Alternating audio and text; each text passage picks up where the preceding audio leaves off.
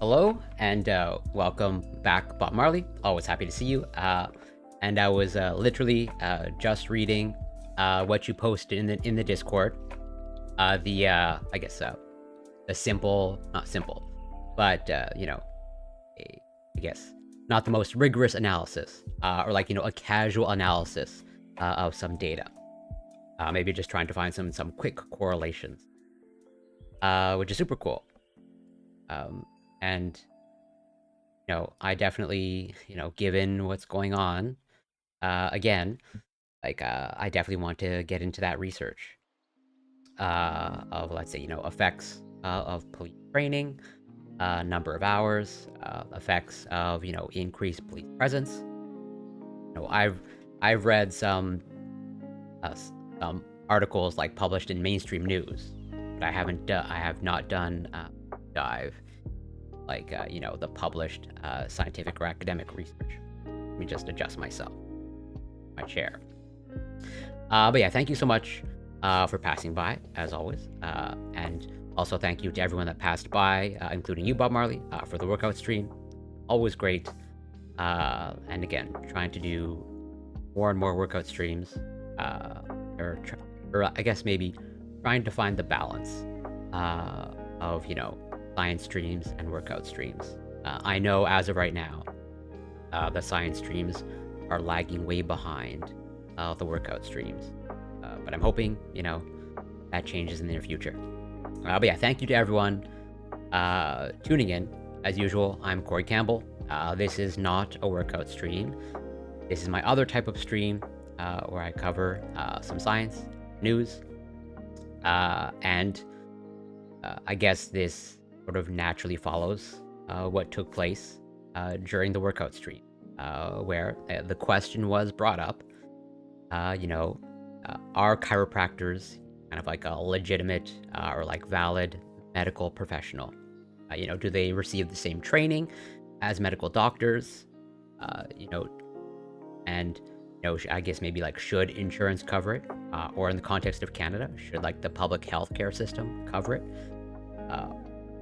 What are the differences between chiropractors and athletic therapists, orthopedists, etc., etc., where it's like if you have I guess chiropractors, they're supposed to specialize in, let's say, spinal manipulation, back pain, whatever, even though like chiropractors make all kinds of claims about what they can treat. I think as of right now, they try to focus on like back pain and kind of like spinal manipulation. But we're going to cover that a little bit more in depth a little bit later. I like doing those quick analyses. They're obviously not very rigorous, but I also think yeah, totally. And I would ask, out of curiosity, did you do that? And so I was looking at the graphs that you generated, and I'm curious if you did that that graphing in R, because at least definitely didn't look like the type of graphs that I would generate in R. But you might just be way more aware of the different types of graphing that you could do in R, or I guess the different types of packages, graphing packages. Oh, and Wolfglen, welcome. Thank you so much for passing by. Yeah, so from what I understand, I think the PTAs and orthopedics, that's the more conventional scientific medicine. And again, I put chiropractors in my mind, my opinion, and I'm going to cover the the research, hopefully to make my case as to why, at the very least, I think you should approach chiropractors with a very skeptical eye. But before that, okay, we're going to cover a little bit of COVID news. Get right into it. So this is a Canadian report. This is a local report. This is not a scientific publication. It was just a report by an agency that receives federal funding. I actually did an eViews. It's an econometric software. A lot easier to use, but also has less power. Okay, yeah, that makes sense. I definitely need to brush up on my R. Okay. Right, like, again, I'm way more an advocate for physical therapists, athletic therapists, orthopedists. Not that, again, I'm not a medical professional, so take my opinion with a grain of salt. But I think that those are way more empirically validated and have way more scientific backing than chiropractic. I now know the term for the practice of chiropractic. So, COVID-19 misinformation cost at least 2,800 lives and $300 million, new report says. And again, this is Canadian. The spread of COVID-19 misinformation in Canada cost at least 2,800 lives and $300 million in hospital expenses over 9 months of the pandemic. This is not even like the full time rate. It's just a much shorter window. I would say like maybe like roughly half the time. According to estimates in a new report out Thursday. The report, released by the Council of Canadian Academies, an independent research organization that receives federal funding, examined how misinformation affected COVID infections, hospitalizations, and deaths between March and November of 2021. And so 2,800 lives, in the context of like the total number of deaths in Canada, which actually I can't remember what the total death toll, because I'm not gonna lie, I've lost track because I stopped keeping track of these things.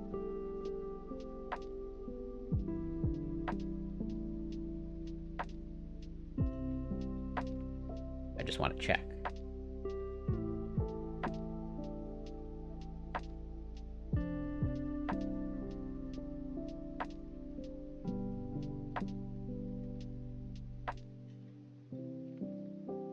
So I'm gonna bring it up.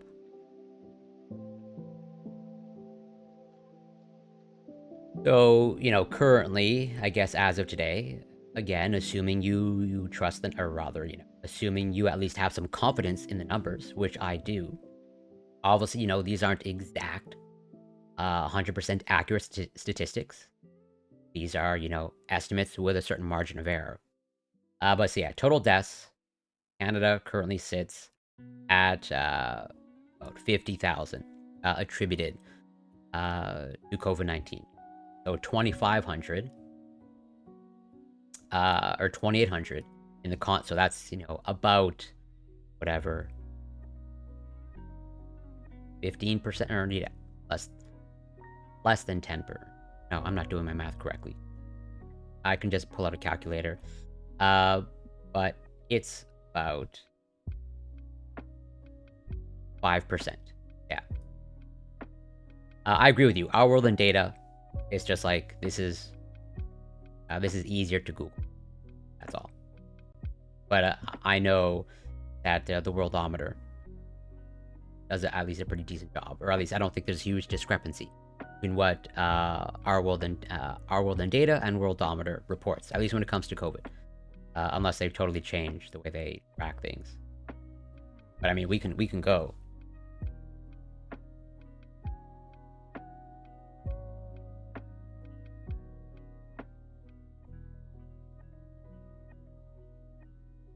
Okay.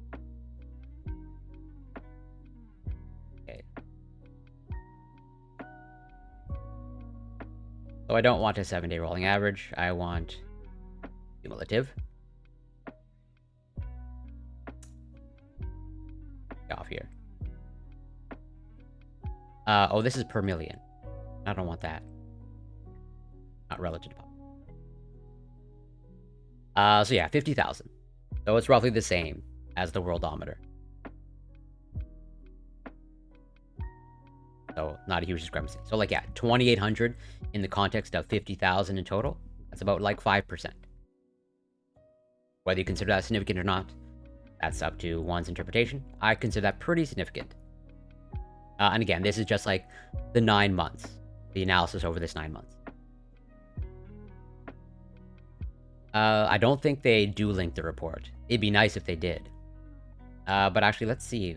I can actually find the report.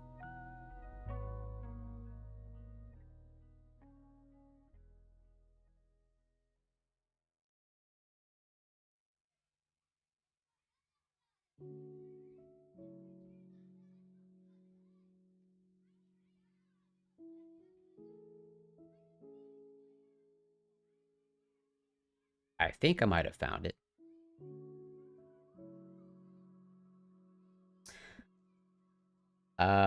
Expert panel lays out costly consequences of misinformation. So this is a news release. Okay, so this is not the actual report. I guess the reports are under here. Topic.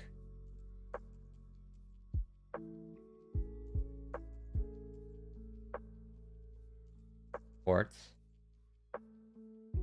I guess misinformation would be a keyword.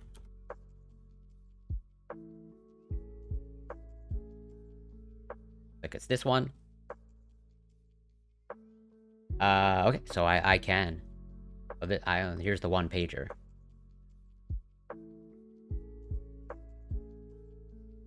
Yeah, there's that 2800 figure. But we'll go back to the new article. And maybe we'll come back to this. Look at this more closely. So, yeah, independent research organization receives federal funding.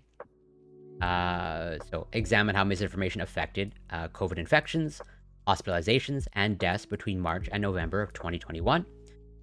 The author suggests that misinformation contributed to over 2 million Canadians refusing to get a vaccine. Had more people been willing to roll up their sleeves when a vaccine was first available to them, Canada could have seen roughly 200,000 fewer COVID cases and 13,000 fewer hospitalizations, the report says.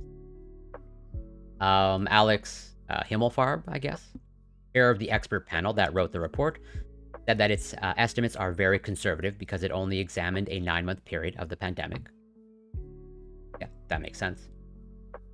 It's pretty clear that tens of thousands of hospitalizations did occur because of misinformation. Himmelfarb told reporters, "We are confident that those are conservative estimates." Himmelfarb also said the 300 million estimate covers only hospital costs. The study didn't include indirect costs associated with factors such as delayed elective surgeries and lost wages, which we know, at least in Canada. And there's definitely information was indicating that many surgeries, like there is now a backlog of surgeries as a result of the pandemic. A number of studies have found that getting vaccinated can reduce the risk of COVID infection and hospitalization, but only 80% of Canadians have been fully vaccinated, according to the latest data from Health Canada. This fully vaccinated, this is just like, your standard, can't remember now what the definition of fully vaccinated. Is it 2 doses or 3 doses? I believe they now have since changed it to 3 doses. But at the very least, bare minimum, a fully vaccinated category is 2 doses. And we know that there's basically, I think now the majority have just been fully vaccinated, and there's the uptake of people getting boosters is like significantly lower. Like, yeah, 80% fully vaccinated, but I think that number like drops dramatically if you include boosters, and it's like, like 20 to 30% of the population are like up to date on the boosters.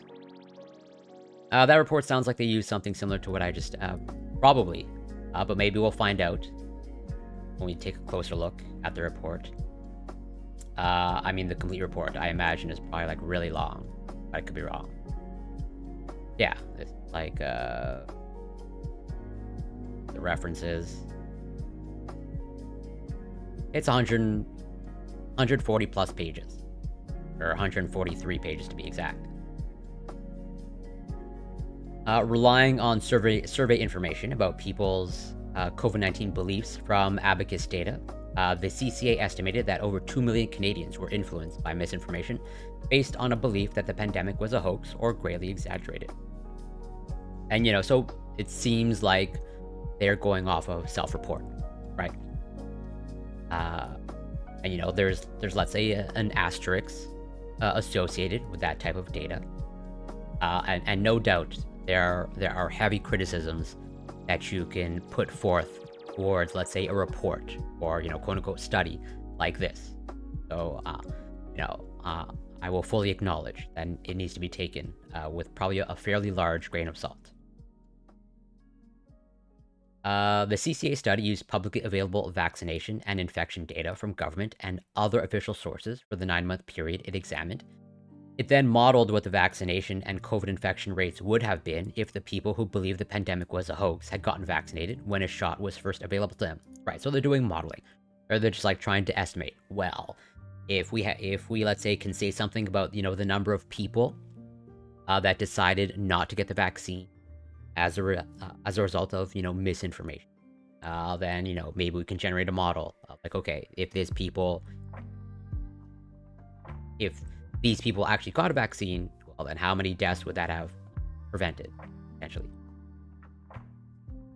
Beyond the health impacts, misinformation is depriving people of their right to be informed, said Stefan Lewandowski, a professor at the University of Bristol School of Psychological Science in the UK, and one of the report's authors. So someone from the UK, so in your neighborhood, Bob Marley, was part of the report.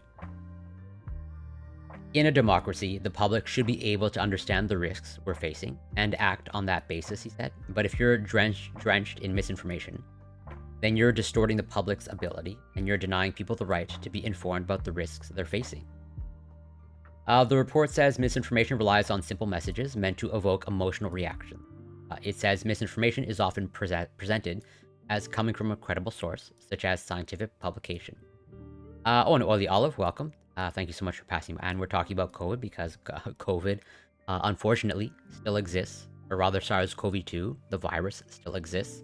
And people are still getting COVID all over the world. And I will fully admit, I'm definitely not up to date on all the numbers when it comes to COVID. And definitely, I've put some of the research, or I haven't stayed as up to date on the research as I was, let's say, a year ago. And Read and Rap, welcome. Happy Saturday to you, or hopefully a happy Saturday to you. So ideology can play a role, say the authors, which I don't think is a surprise to any.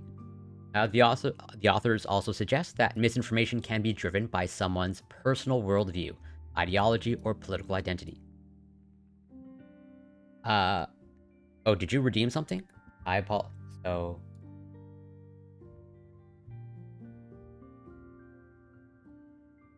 Oh, okay. Sorry. Yeah, since I'm using the restream chat. Okay, I apologize for not seeing that. But then the question is, what pseudoscientific article do you want me to cover? I would need some guidance. I should probably clarify it in the channel points. Like, if you want me to cover, like, a pseudo... pick one? I mean... I have... I think this falls in that category of pseudoscience. Chiropractors, or chiropractic.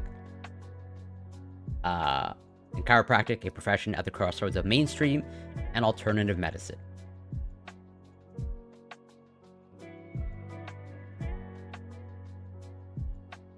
True, I did put that in there.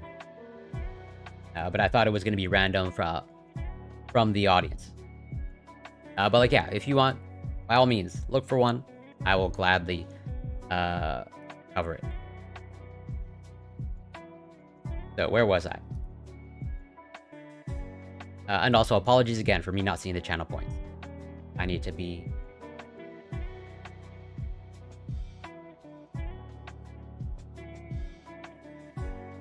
Yeah, since I'm using the restream chat, I'm gonna have to start...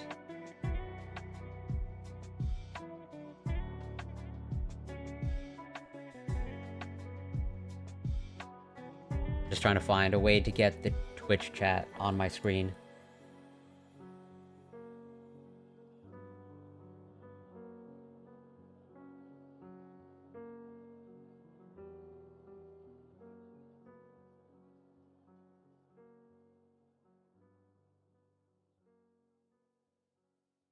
1 second.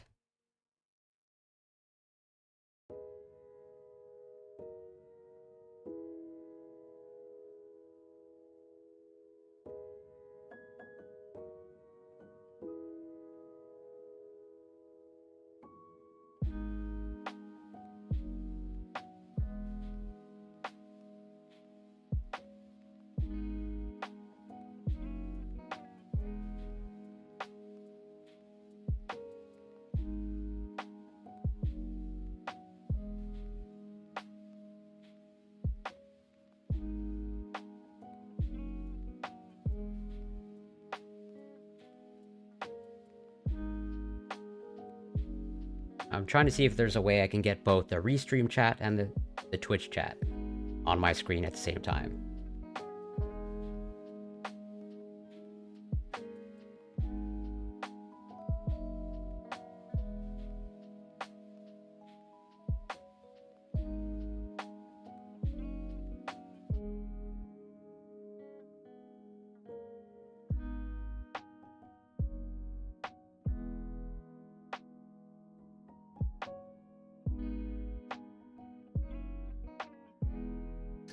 It does not look like it.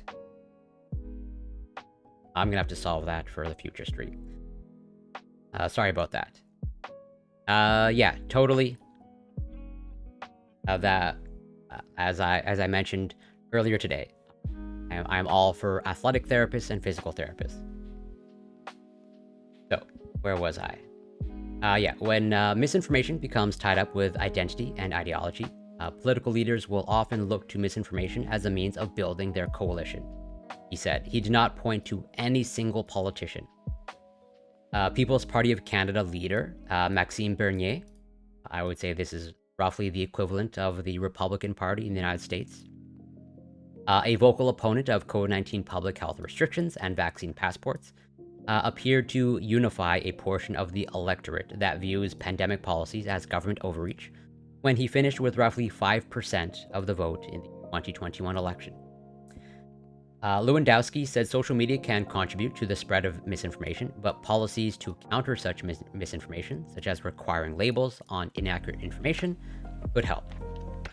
Himmelfarb said it's important to balance tackling misinformation with freedom of expression. Finding that sweet spot is a challenge, which I totally agree with. Lewandowski said one way to strike a balance would be to make sure reliable information is more widely available and to give people tools to identify misinformation. The people who do misinform us have a certain repertoire of rhetorical techniques, and we can identify those. Let's see, it looks like there was maybe a little bit of a minor mistake in the previous version of this article. Or no, has been updated to include more, not a mistake, just added in more information. So let's see, what does kind of like the brief one-pager report say? So the full report is here. They have some final thoughts. Okay. This is like sort of like, I guess, kind of like, you know, their short one-page summary of the report. Misinformation threatens the individual and collective well-being of people in Canada and around the world, and now proliferates at previously unseen rates. Consequences can range from the benign to the deadly. Fault Lines details the socioeconomic impacts of science and health misinformation in Canada and the practices most critical to disrupting it. Well, political polarization. Okay. So it looks like this is kind of like, you know, I guess one of like the missions of this institution or organization. So this is where they got the 300 million number. Yeah, 200,000. The characteristics of misinformation: simple, emotional, and repetitive, visual and shareable, designed to mimic credible sources. Thank you for the link, Oily Olive. Second. Misinformation and societal damage. Yeah, so misinformation contributes to increased I mean, I think none of this, I think, is a surprise to anybody. Increased polarization, lower institutional trust, post-truth rhetoric. In times of crisis, our vulnerability to misinformation is heightened. So are the consequences. Disrupting the flow of misinformation. There will always be science and health misinformation, legal and systemic responses, from regulating the information environment to expanding digital literacy to rebuilding institutional trust, carry significant ethical implications and logistical challenges. However, individuals can take steps to help disrupt the flow of misinformation. So yeah, I guess these are kind of like the recommendations. Labeling inaccurate information, seeking out trusted messengers, inoculating others, framing corrections via the appropriate medium, debunking falsehoods with evidence. Yeah, these are all great, but are all, I think, pretty difficult to implement in practice. Okay, I'm gonna go to your link, Holy Olive.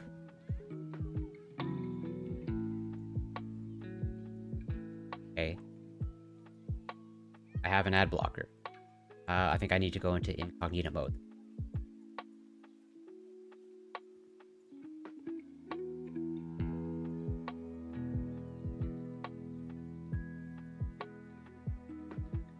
Okay. 1 second before that, I'm going to close this, and I want to see how long their final thoughts are. Okay, it's just a few pages. I'm going to read that afterward. Okay. A pseudoscience article. Okay, actually, acupuncture.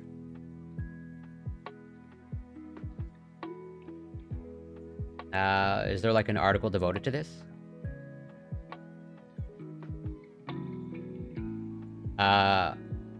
So I would say acupuncture sort of falls in the line or in a similar vein to chiropractors or chiropractic, the discipline of chiropractic.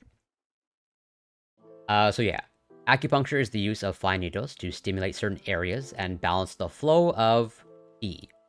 There is no known anatomical or histological basis for the existence of acupuncture points or meridians. It has been the subject of active scientific research since the late 20th century, and its effects and application remain controversial among medical and clinical researchers.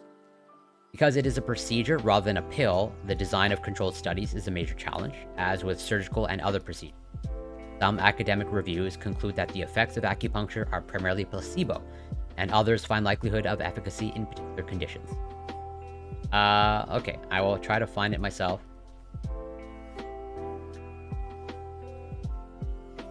But it doesn't seem like there's a lot of links. That's in the health section.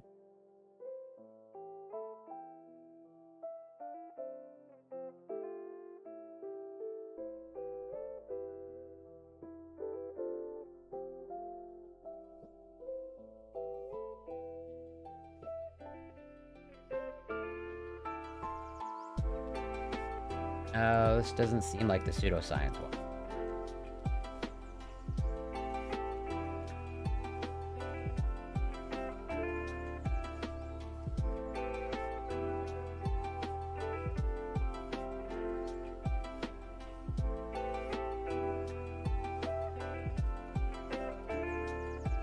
Oh, look at... Oh, okay. Sure. Not a problem.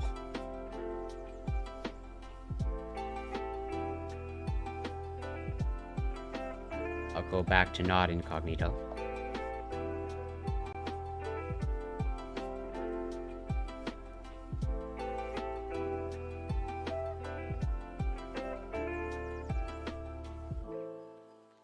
Okay. Acupuncture. I think that's a good topic. Just because... So, is acupuncture, like, straight pseudoscience? It does not appear to be the case. Or rather, you know, there is some evidence showing that it has benefits, or, like, efficacy, or, like, some very niche, conditions or applications.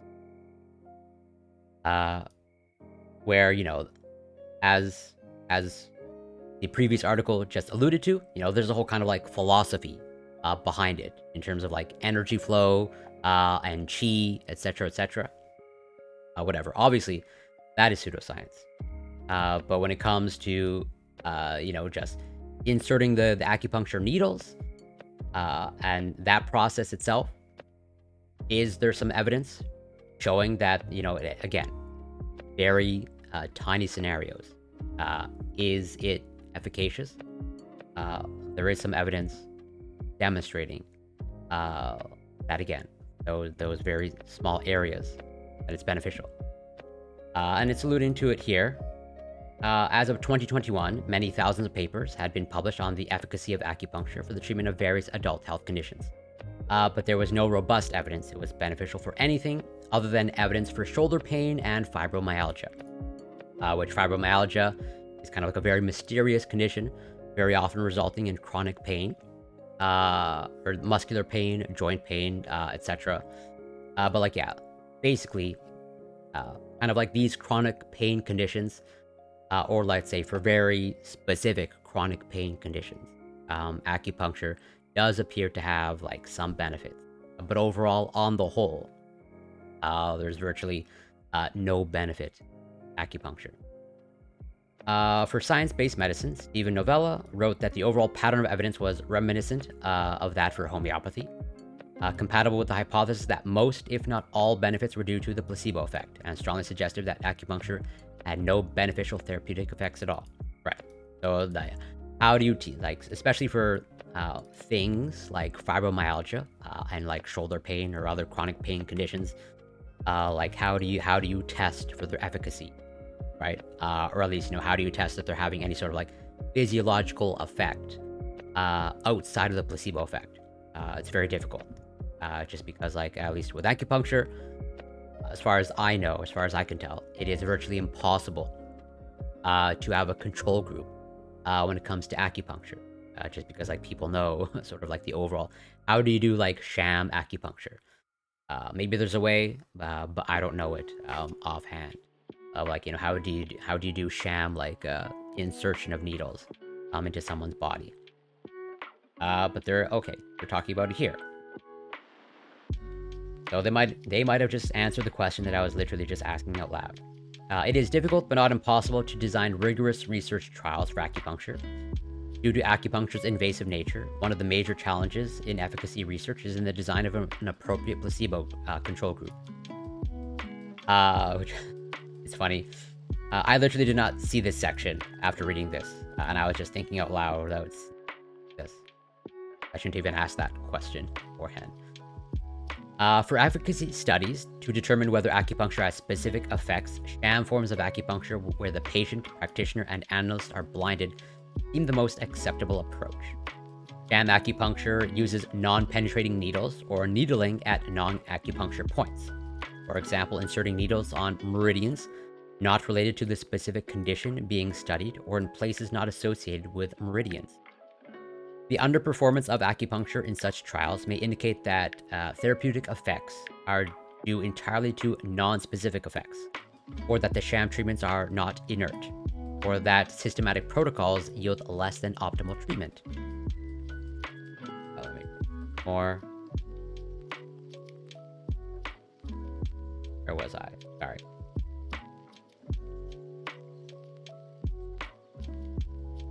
For efficacy, yeah.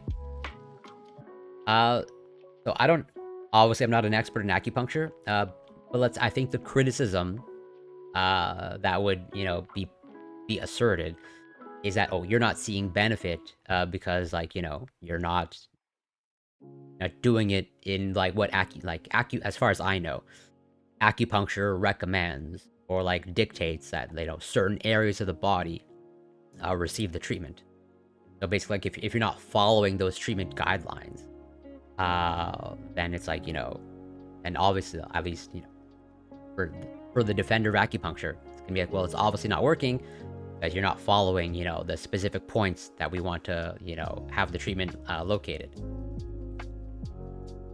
A 2014 review in Nature Reviews Cancer found that, contrary to the claimed mechanism of redirecting the flow of qi through meridians, researchers usually find that it generally does not matter where the needles are inserted, how often, that is, no dose-response effect is observed, or even if needles are actually inserted. In other words, sham or placebo acupuncture generally produces the same effects as real acupuncture, and in some cases does better. Interesting. A 2013 meta-analysis found little evidence that the effectiveness of acupuncture on pain compared to sham was modified by the location of the needles, the number of needles used, the experience or technique of the practitioner, or by the circumstances of the sessions. And that's where it gets really hard to tease out, at least from what I understand, because like I've never had acupuncture done to me at all, and I've never witnessed it in person. I only know how it's kind of like depicted in popular media, and showing some. I've seen some images of what a real acupuncture session looks like, and it's typically done in like a relaxing environment, and it's like I think it's similar to massage, where it's like it's a relaxing environment. It's supposed to be a stress-free environment, and you're being subjected to acupuncture. So like how any positive effects of like of the procedure, that could just be just the relaxing, stress-free environment as well.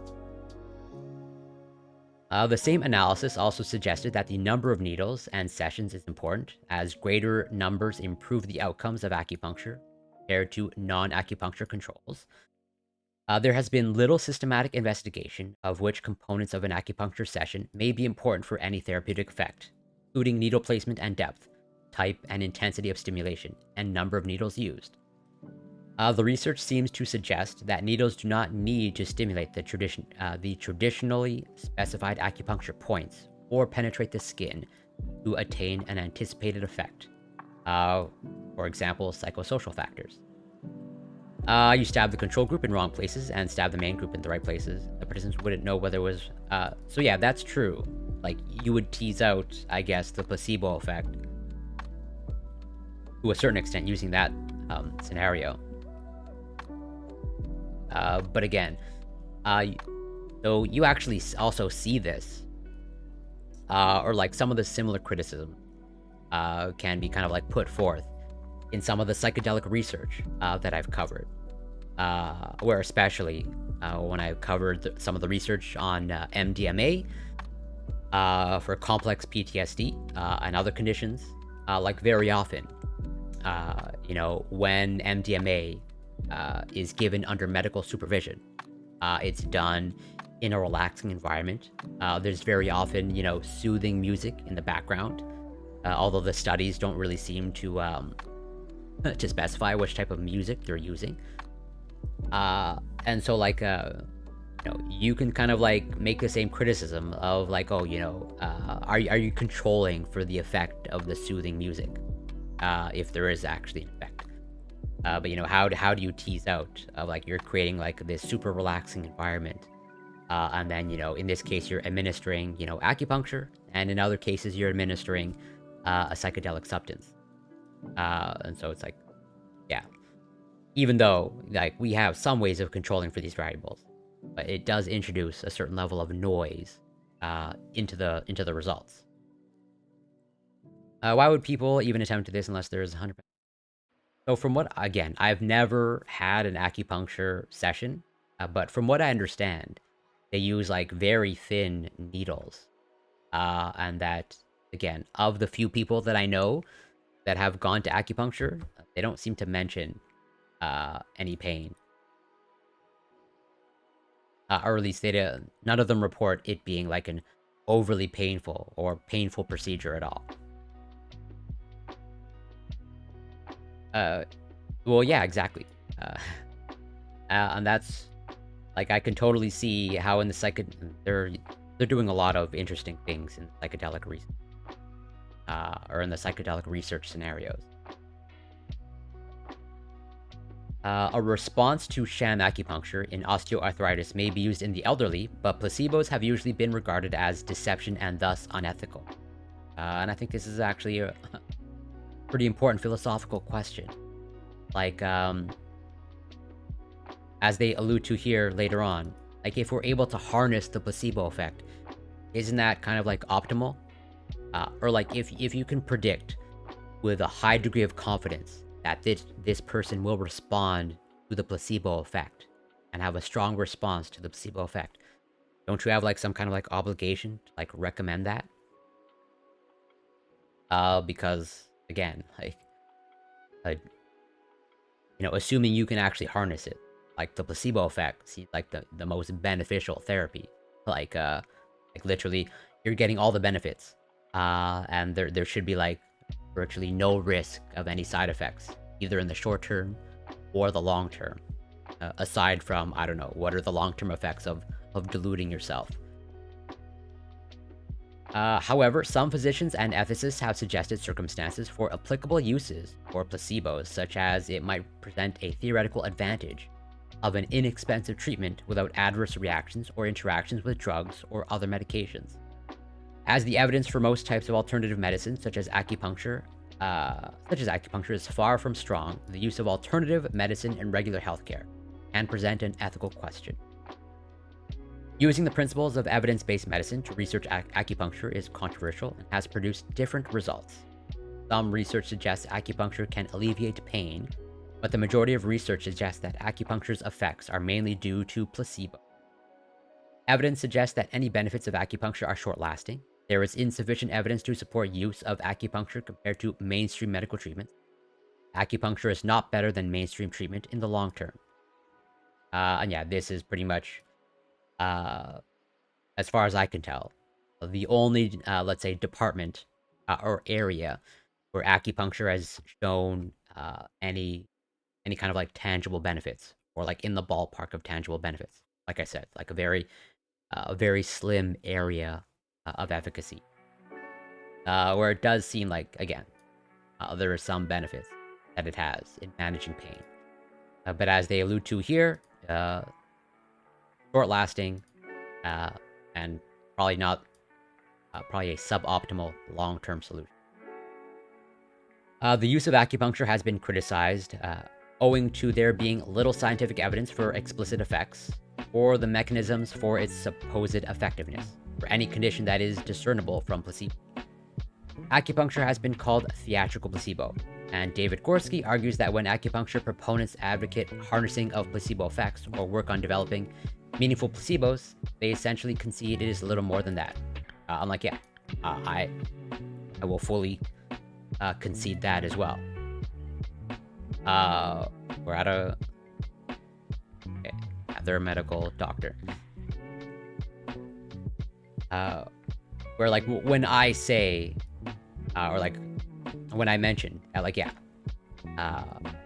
acupuncture does appear to have this benefit in this very slim area when it comes to managing pain. But, like, it may very well be just the placebo effect in action. Found something saying acupuncture game popular in 2020. Maybe we'll try it for COVID. That's totally possible. And actually, I think there's probably, I don't know for sure, but there's probably a high degree of overlap between the people who are heavily into acupuncture and those who are vaccine hesitant, or those who are just into alternative treatments overall. All right. So, moving on. And thank you for sending me on that trajectory, Oily Olive. And sort of covering what you brought, or what you posted in the Discord, Bob Marley. All is very anti-ethics rule. Well, let's just say, I hope you change your position on ethics sooner rather than later. I'm definitely pro-ethics.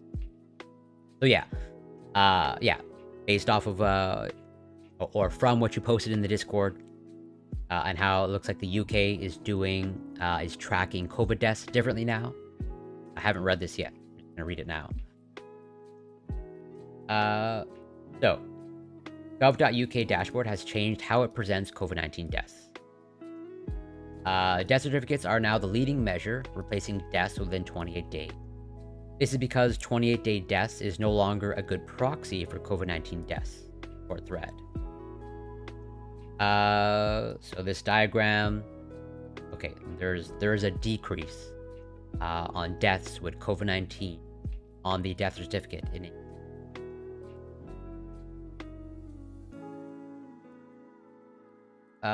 Cooler, yeah. Well, like that's the question, right? Are you okay with science, not being concerned with informed consent? Basically, I guess the question posed to you, Bob Marley, is like, would you be okay with scientists kidnapping you, and subjecting you to whatever treatment that they desire, all in the name of science? So this stems from a joint analysis between the UK HSA, which I don't know what that is.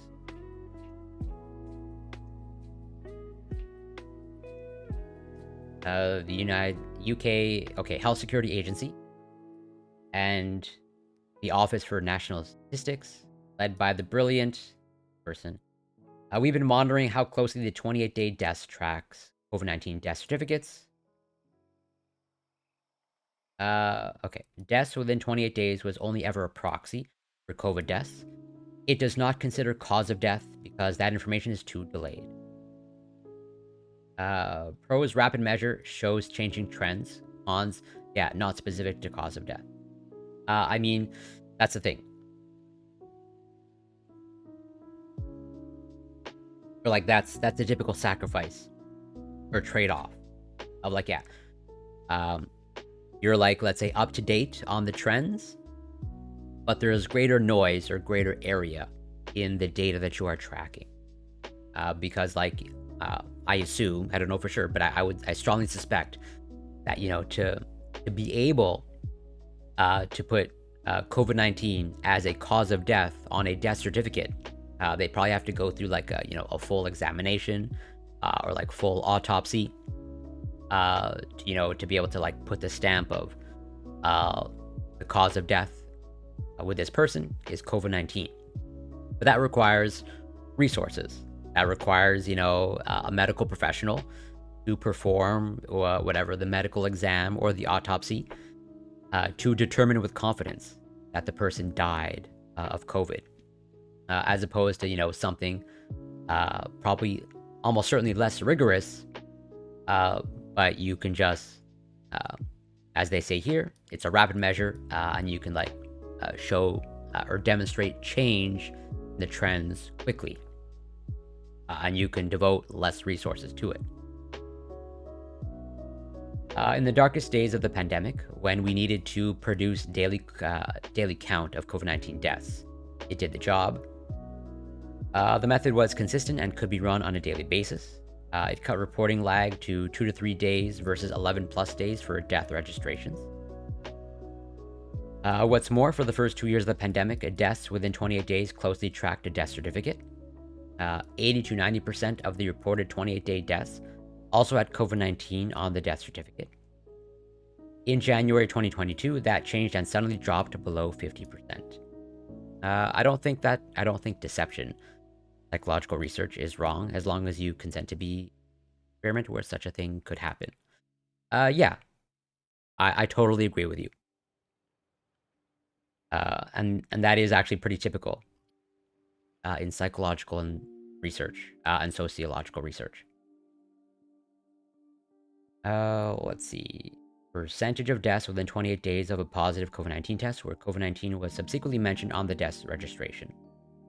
So yeah, you're just seeing, yeah, kind of like a 60% drop.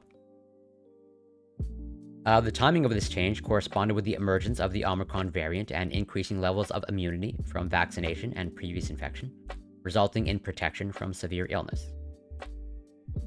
Folks like John Actuary picked up this divergence at the time by comparing the two published figures. Of note, our analysis finds correlation slightly lower, as we followed up 28-day deaths on an individual level to see what their death certificate eventually stated. So why did you wait till now? We need to track it over sufficient time period to be confident it was a temporary effect.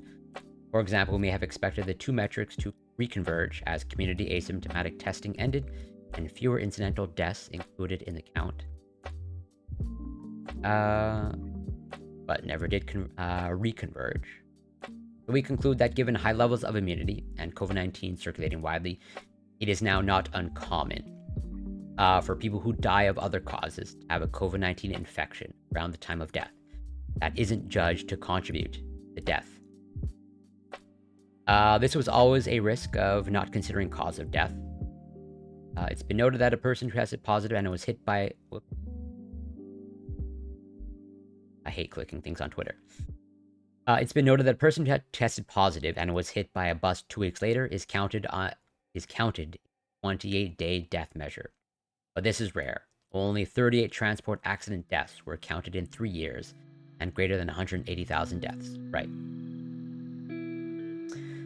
So what is changing? Deaths within 28 days will still be reported on the dashboard, but less prominent and as a subsidiary statistics below death certificates. 28-day death still acts as a useful rapid measure of early trends, if less accurate. That sums it up pretty nicely. As I understood it from psychology, the APA and BPS are strict on deception in most cases. That's the red pill I got from doing high school psychology. Psychology research is very, yeah, total. You say very limited, and that's fair. But yeah, I will fully always stand by that I think science should always be guided, as in like morals and ethics, always above the science. Or rather, science should always be guided by morals and ethics. But on the topic of deception, and this might be a little bit of a teaser for a future stream, but there's a very, let's say, controversial and interesting paper that I'm going to cover at some point. It's pretty infamous. But it's fairly old too. I think it's like a 30-year-old paper, maybe more. But it's a psychiatry paper, and what the researcher did is, yeah, those are the famous ones. So this psychiatry paper, this psychiatry/psychology paper is in that vein, where what the researcher did, okay, is they sent kind of like sham patients to a mental health institute, and they basically got them to act mentally ill. Now the research question was basically like how good are psychiatrists in being able to recognize that, you know, someone has gone from, you know, mentally ill and institutionalized to like, oh, you're now fine, and you can be let go. Yeah, it doesn't surprise me that you covered it, because it is pretty infamous. But I'm still not, even though you probably know it, or you do know it, I'm not going to give it away. I'm going to save that for the future stream. But yeah, changing the way deaths are changing, or going to this way of tracking deaths. I mean, this makes sense. Well, makes sense in terms of practicality. Like, this is, to me, this is just a question of practicality. And continuing on in the vein of COVID and SARS-CoV-2 and vaccinations. Okay, so I have definitely covered a lot of the research demonstrating the effectiveness of vaccines, especially like the mRNA vaccine, the ones with like the highest uptake. Oh, and Louis 13, welcome. Happy Saturday to you. I hope you're doing well. But you know, we have these new updated bivalent vaccines that should hopefully, and the evidence, sorry, and the evidence does seem to point to these bivalent vaccines conferring better protection against, you know, the ever-evolving virus, you know, the current strain of the virus. But it does seem like there might be some greater risks associated with these bivalent vaccines.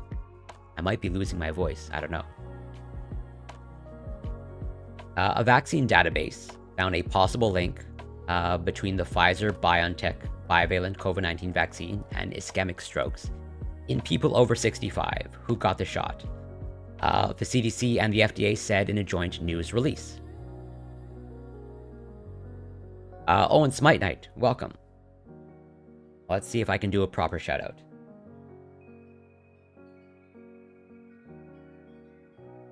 Is this going to work? Even though I know you're taking a break from streaming, you still deserve. Nope, doesn't work. I have to do the old school shout out.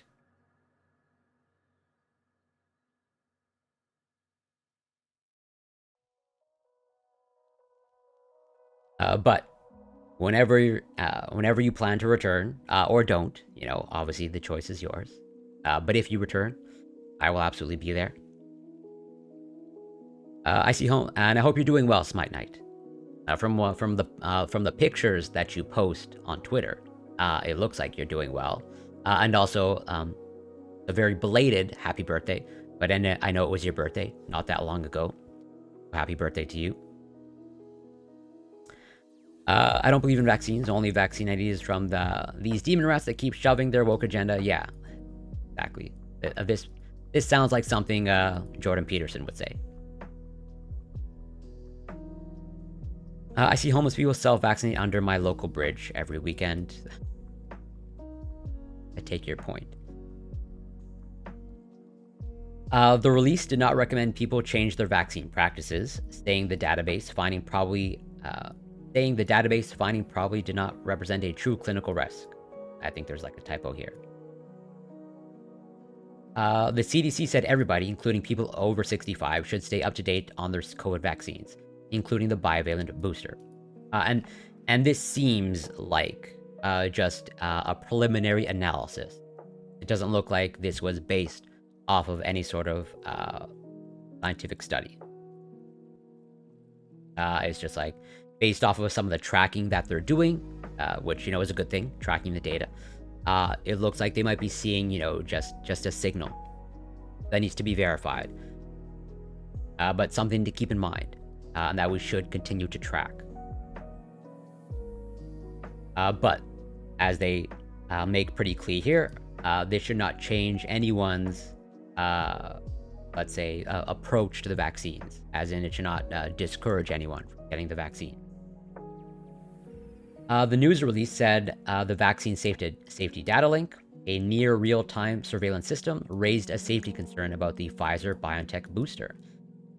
Rapid response investigation of the signal in the VSD raised a question of whether people 65 and older who have received the Pfizer-BioNTech COVID-19 vaccine, bivalent, were more likely to have an ischemic stroke in the 21 days following vaccination, compared with the days 22 to 44 following vaccination.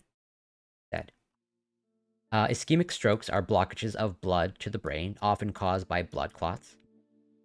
Although the totality of the data currently suggests that it is very unlikely that the signal in vaccine safety data link represents a true clinical risk, we believe it is important to share this information with the public, as we have in the past, when one of our safety monitoring systems detects a signal, the release said. I'm curious. So this seems like it's limited to the Pfizer-BioNTech mRNA vaccine, and at least so far as I can tell. This has not happened with the Moderna mRNA. And I'm curious, even though, like, yeah, definitely the Pfizer and Moderna are not identical. But I'd say there's high overlap in terms of the technology, in terms of, like, you know, the overall form of the vaccine. Still mRNA, still kind of like lipid nanoparticles surrounding it. I think, like, the major difference between Pfizer and Moderna is like in dosage, where, if I remember correctly, Moderna is like a much higher dose of mRNA versus Pfizer, and yet despite that, it doesn't look like it results in this seeming increased risk of ischemic stroke. No higher likelihood of strokes linked to the Pfizer bivalent vaccine had been found by Pfizer BioNTech, the Veterans Administration, the Vaccine Adverse Events Reporting System, maintained by the CDC and the FDA, or other agencies that monitor reactions of vaccine, the news release said. No safety issues about strokes have been identified with the, another typo here, Moderna bivalent vaccine, which, like, yeah, that is interesting. CNN, citing a CDC official, reported that about 550,000 seniors who got Pfizer bivalent boosters were tracked by the VSD, and 130 of them had strokes within the 3 weeks of getting the shot. None of those 130 people died, CNN said. The official spoke on the condition of anonymity because they weren't authorized to share the data. The issue will be discussed at the January meeting of the FDA's Vaccine and Related Biological Products Advisory Committee. In a joint statement, Pfizer and BioNTech said neither Pfizer and BioNTech nor the CDC or FDA have observed similar findings across numerous other monitoring systems in the US and globally, and there is no evidence to conclude that ischemic stroke is associated with the use of the company's COVID-19 vaccine. Bivalent boosters contain 2 strains of vaccine, one to protect against the original COVID-19 virus, and another targeting Omicron subvariants. And like, yeah, I received these updated vaccines in December, mid-December, and so far so good. And on the topic of protection from vaccine.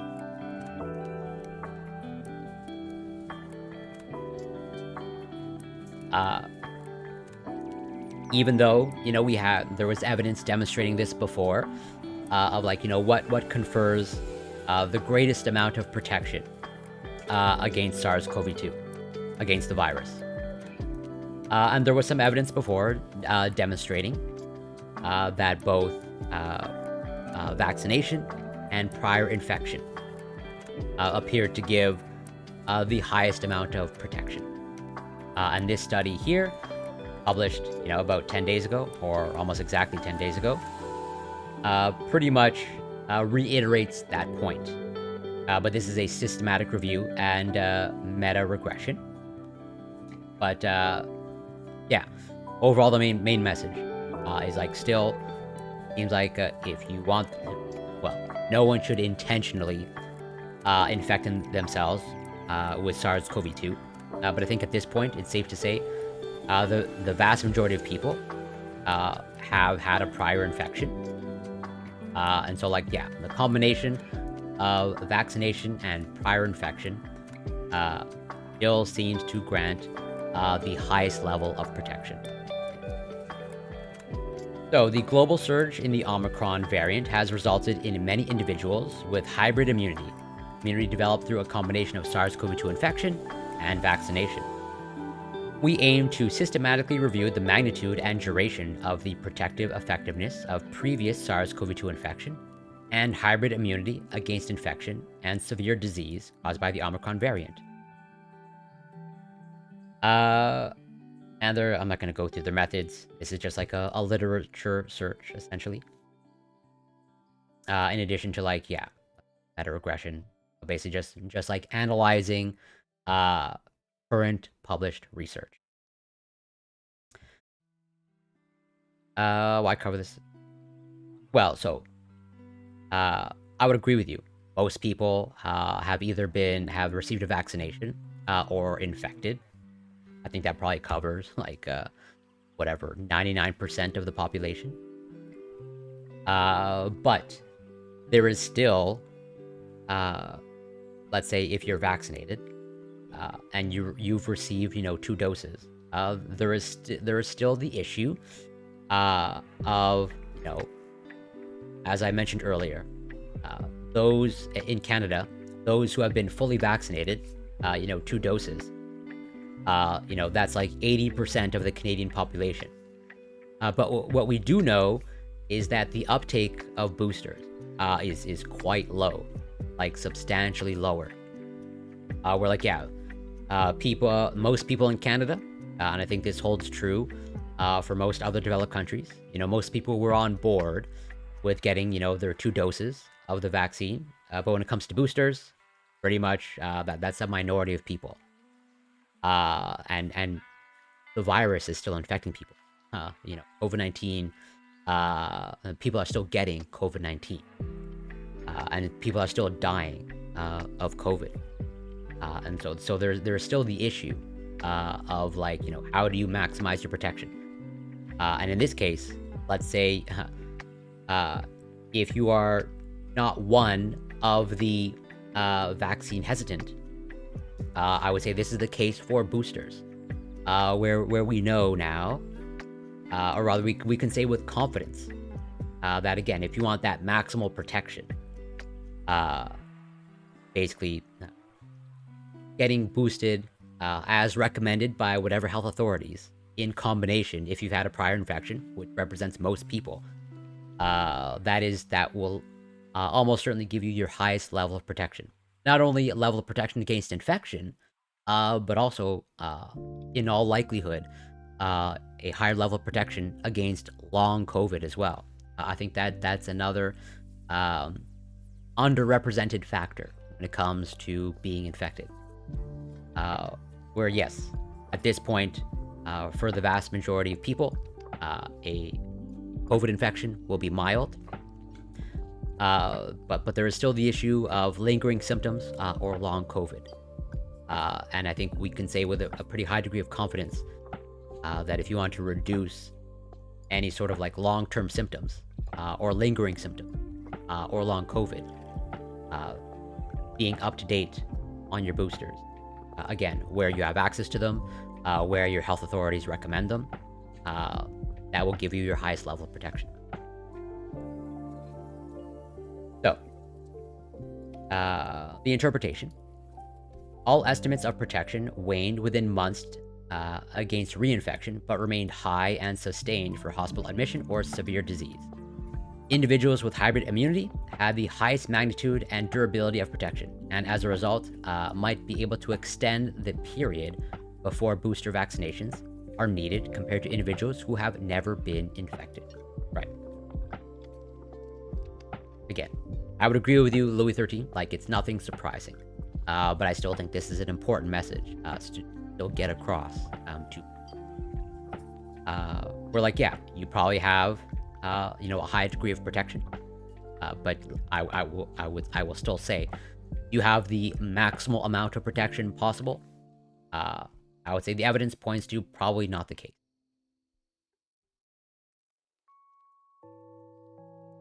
And I'm probably not going to cover this whole bunch of things that I have open that I will cover. But I want to get to sort of the other main topic of the stream, which is chiropractic, since that was brought up earlier during my workout stream, where, understandably, I think people are under the impression, or too many people are under the impression, that, chiropractic or chiropractors are like, certified medical professionals, and that they receive the same type of training as MDs.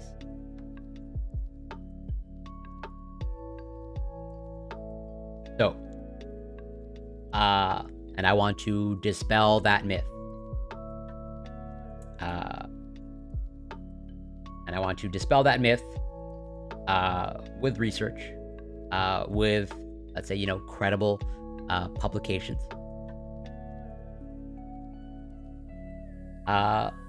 So, I definitely appreciate it. Yeah, that's a good way to put it.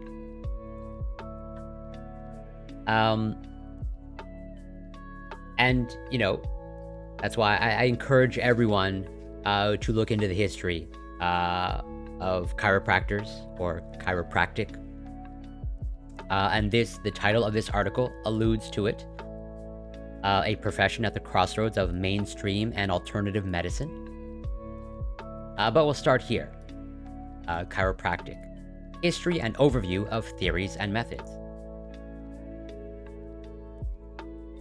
So, chiropractic is one of the most controversial and poorly defined healthcare professions with recognition and licensure in the United States.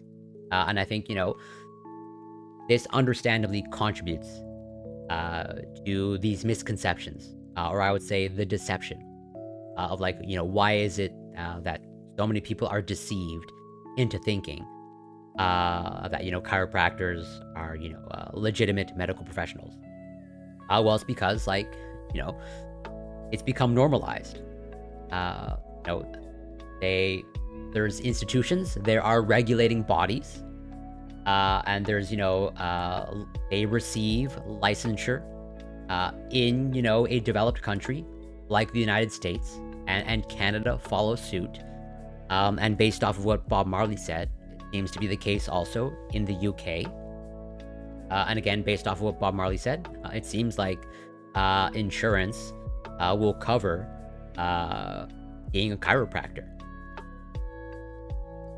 And so, this contributes to, planting the seed in people's brain that chiropractors are legitimate medical professionals. But chiropractic was started by D.D. Palmer, a magnetic healer who formulated the vertebral subluxation theory. The profession was developed by his son, B.J. Palmer. Although the definition of chiropractic as a method of correcting vertebral subluxations to restore and maintain health is questionable, spinal manipulation is of value in the treatment of some types of back pain. And here is where, there's a little bit of overlap between this and acupuncture, where we briefly covered, where for some very niche areas, acupuncture appears to have some very modest benefits. Now, is that from the acupuncture itself or some placebo effect? Hard to say. I think a strong argument can be made for both. And so here is where and spinal manipulation, let's say, results in some benefits in alleviating back pain. Yes. But then, if there's evidence showing that, this type of spinal manipulation, relieves back pain or has benefits for certain types of pain or back pain, well, then this will just get adopted by athletic therapists or physical therapists. And then there's no need to see a chiropractor. Basically, anything that you can get from a chiropractor, you should be able to get from an athletic therapist. The difference is, like I said, the athletic therapist or physical therapist, they have much greater tools, scientifically backed tools at their disposal. And you don't need all the BS that comes with chiropractors. I want to Destinovis, thank you so much for passing by. Hope you're doing well. Does it matter if it's a placebo? If it makes you feel... So that is a legitimate question. And I was asking that earlier. Going to the concept of harnessing the placebo effect. And that, at least to me, kind of sounds optimal. Where if you can just placebo someone into feeling better, then that's great. And that's not, I don't view that as a bad thing or a negative. And I agree with you. I would totally prefer to see, or I would absolutely any day undergo acupuncture way before I would never voluntarily see a chiropractor personally. But let's say, gun to my head, if someone asked me to choose between acupuncture and chiropractor, I'm going with acupuncture all the time. Let's see. The chiropractic profession is still based on the vertebral subluxation theory and has the confusing image of a back specialty capable of treating a broad scope of health problems. Despite opposition to use of spinal manipulation as a method of treatment, as a method of treating a broad scope of health problems, as opposed to the generally accepted use of manipulation in the treatment of back pain, chiropractors seek support as primary care providers in alternative medicine. It is essential to understand the theories, philosophies, and methods of chiropractic for an objective evaluation. And so, it goes through a little bit of the history, and I guess maybe we'll read a little bit. So, in 1895, D.D. Palmer, a magnetic healer, announced 95% of all diseases are caused by displaced vertebrae, the remainder by luxations of other joints. Palmer claimed he had cured deafness by using his hands to push a displaced fourth thoracic vertebra into alignment. I'm like, yeah, I agree with you. Chiropractors are scary. Believing that all bodily functions are controlled by the flow of nerve vibrations from the brain to the spinal cord and out through openings between the vertebrae, Palmer claimed that adjusting the vertebrae to remove interference with this flow of nerve energy would allow the body to heal most diseases. Unlike, this is where there's some similarities between this and acupuncture. At least, the traditional kind of like philosophy or school of thought of acupuncture of like, the flow of energy in the body and chi. Unlike, if you, I guess, insert needles, it unblocks or, increases the flow of chi. I don't even know. But something to do with energy and chi in the body. It seems like it's the same philosophy or similar philosophy operating here. It's just like, through manipulation of the spinal column. In 1897, he opened the Palmer School and Cure in Davenport, Iowa, offering a 3-week study course. 3 weeks to be trained in how to treat, just about any disease and condition through spinal manipulation. That is highly ambitious.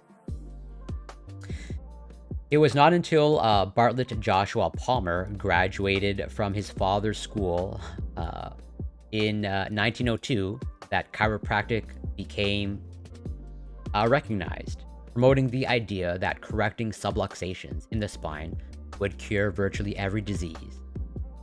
B.J. Palmer's slogans and advertising strategies attracted many students to the Palmer School, then named the Palmer School of Chiropractic. When World War I ended in 1918, many veterans who could not find employment were attracted by Palmer's ads, my father among them. Do you want to follow manual labor or a profession? The ads asked. The common labor field is crowded. There are many persons who want to do hard work. Let those who are anxious have it. You fit yourself for a profession. Wow.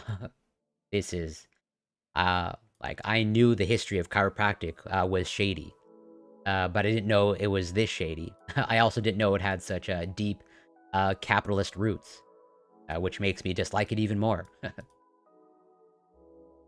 I remember my sister going to my granddad's chiropractor for a bad leg. It didn't seem to, it doesn't surprise, like I said, again, I'm not a medical professional. I'll say it over and over.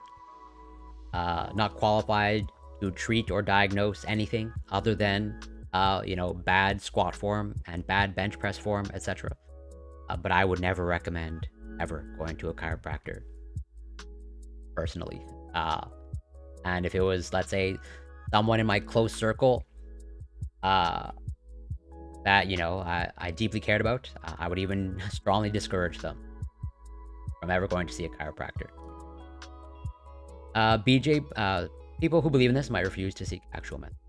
That I wouldn't deny that. That basically, those who pursue these types of therapies are just probably not that open, or not the most open to, standard, conventional medicine. Which, conventional medicine to me is just medicine. B.J. Palmer took advantage of ignorance and desperation. Give me a simple mind that thinks along single tracks, he said. Give me 30 days to instruct him, and that individual can go forth on the highways and byways, get more sick people well than the best, most complete, all-around, unlimited medical education of any medical man who ever lived. Wow. That just gets worse and worse. 30 days. This is like, whatever. It reminds me of,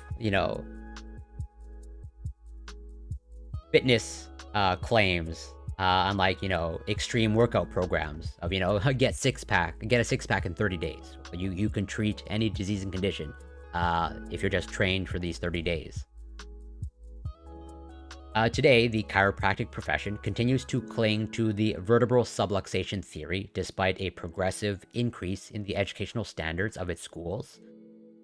According to the Council on Chiropractic Education, and again, these things here, this Council on Chiropractic Education also, again, contributes to the deception or people being deceived into thinking that chiropractors are legitimate medical professionals. Because again, they need a license to practice. There are, governing bodies or councils, devoted to, the curriculum and the type of education that they receive. But, people don't recognize, the entire kind of like field is founded on like, pretty much straight pseudoscience. Oh, well, as much as I criticize economists, and I do that heavily, this is easy for me. Chiropractors, like, I have no problem saying economists are better than chiropractors. 100%. Today, sorry, I already read that. Yeah.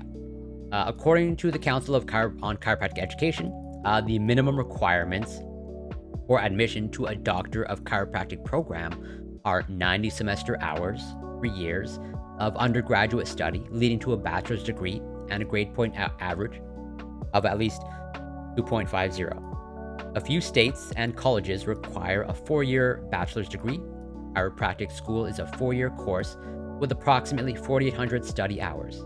Again, this just points to, hey, I have no problem giving legitimate W's to economics. And I think you should be just as upset as I am in terms of like how this has become normalized, right? Like, it's totally confusing that, at a university, at like a fully accredited university, you have your economics department, okay, which, as much as I criticize it, it has, robust and rigorous, empirical methods. You have the Department of Economics, and like at the same university, you have like whatever. You have your Department of, chiropractic. I would say this just like this degrades your education or your educational institution. Where like, why would any university want to offer like pretty much a pseudoscience degree? To me, that's just like a really bizarre concept. It's like, you have, your Department of Economics, and then like next to it, you have your Department of Horoscopes and like zodiac signs, and your Department of Astrology. It's like that's pretty weird. I wouldn't want to go to any university that has, that offers a degree in astrology. Scientific consensus does not support the theory that nerve interference caused by vertebral misalignment or subluxation is a cause of organic disease. Spinal nerves primarily supply musculoskeletal structures. Organ function is governed by the autonomic nervous system in concert with psychic, chemical, hormonal, and circulatory factors. The sphincter muscles involved in voluntary control of bladder and bowel functions are supplied by spinal nerves and sympathetic fibers that exit well-protected sacral foramina. I'm not familiar with that word. Yeah, the fact that alternative, I agree with you. Like, it just erodes at the credibility of the institution. Like, no university should offer this degree. Like, no one should be able to get a bachelor's degree in chiropractic. There should not be a chiropractic program at any university, at any accredited university. I agree with you. That is absolutely crazy. Which is why, again, I'm heavy-handed when it comes to chiropractors or the field of chiropractic.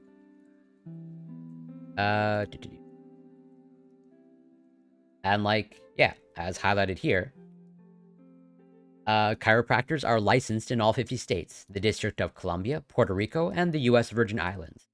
Workers' compensation plans and most third-party payers offer limited reimbursement for chiropractic care, more often because of politics than science. And just like we were speaking about earlier today, Bob Marley, where again, understandably, you know, you were basically like asking the question of like, you know, why would, you know, my public healthcare system pay to see a chiropractor? Why would insurance cover going to see a chiropractor? Why would my doctor ever prescribe going to see a chiropractor? Although I think you might have changed, where maybe your doctor prescribed going to see an orthopedist.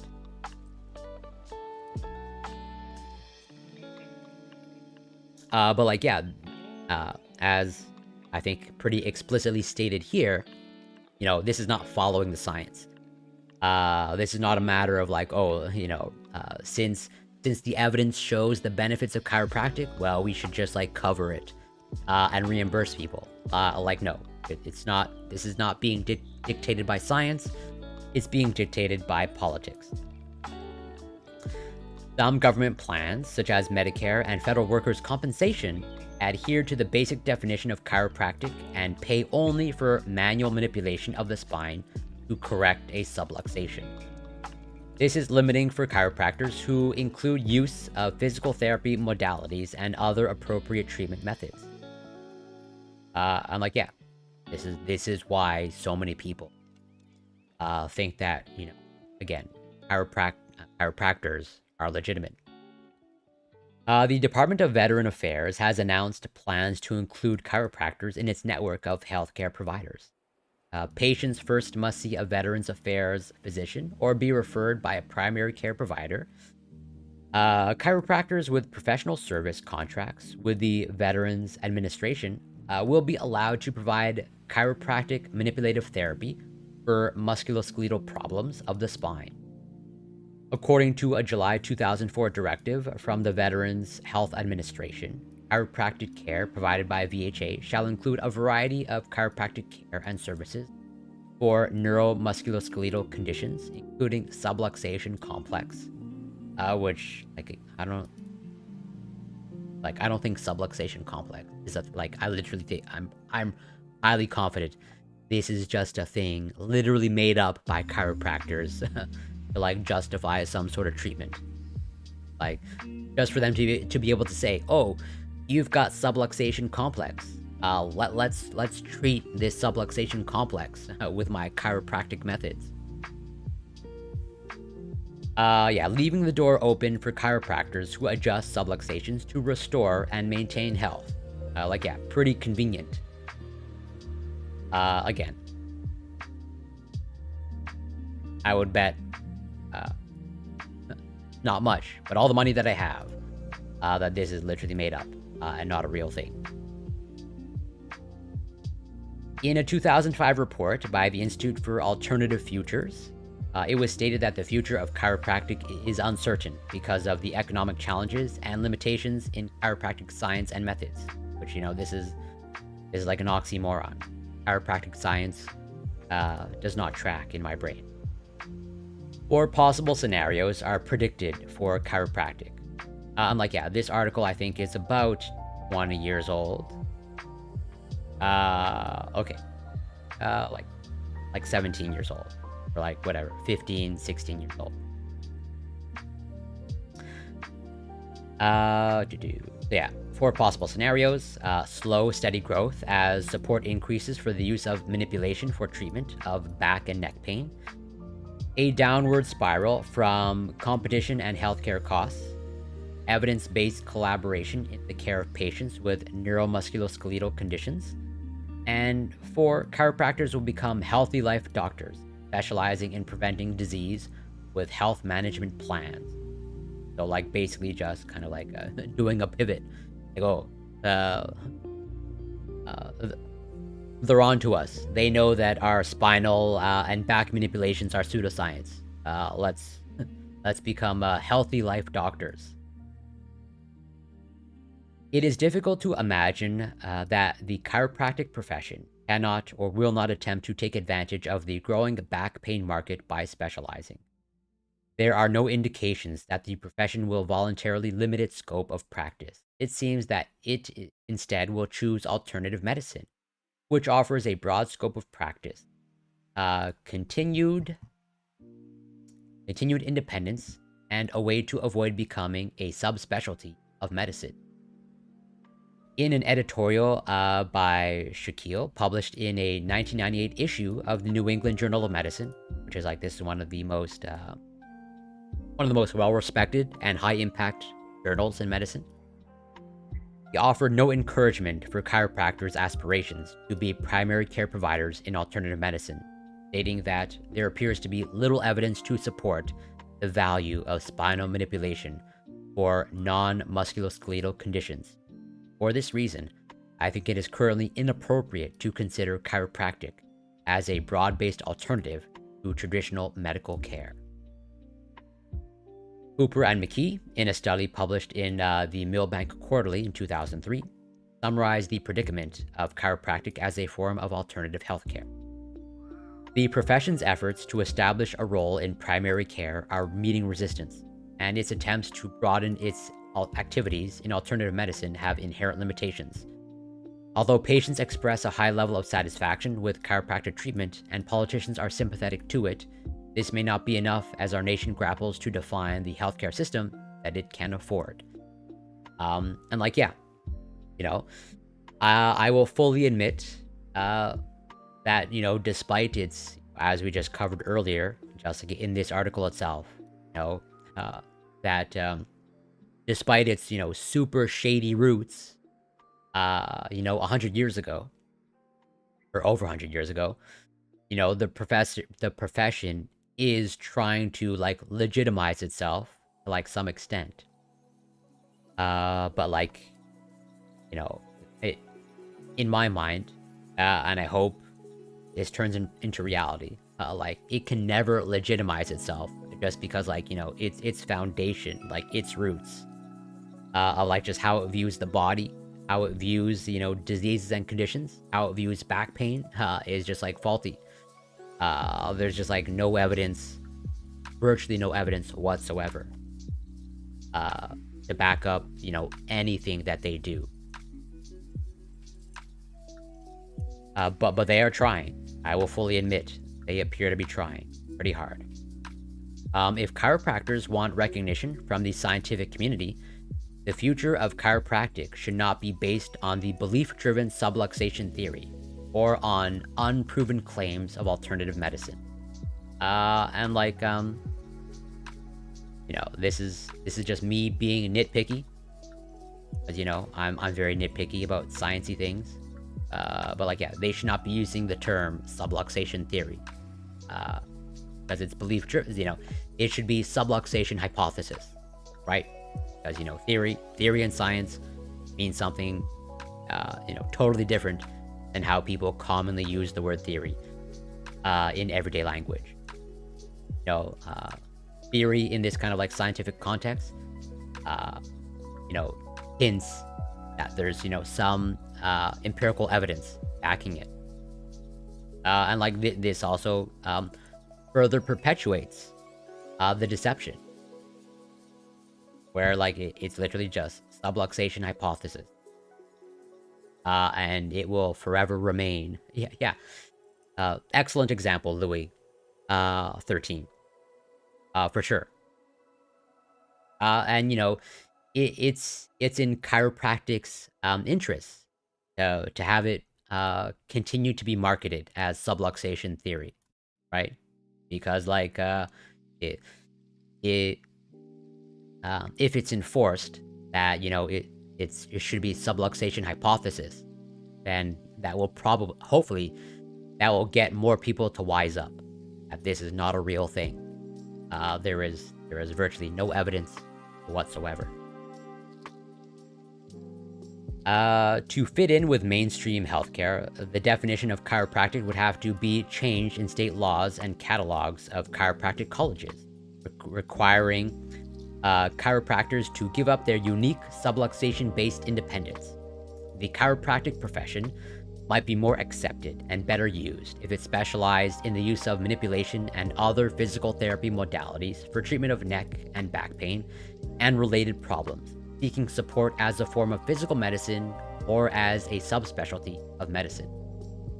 And you know,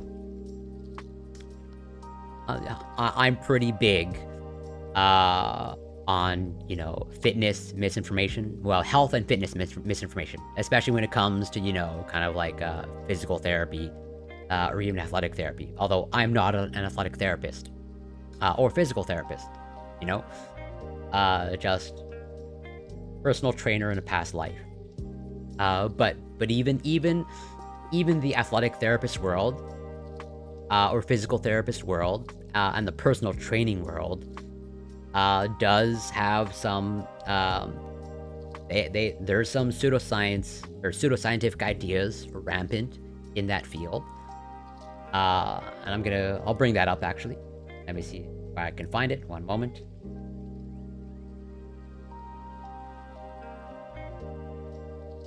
And this overlaps with acupuncture, or is in a similar vein as acupuncture.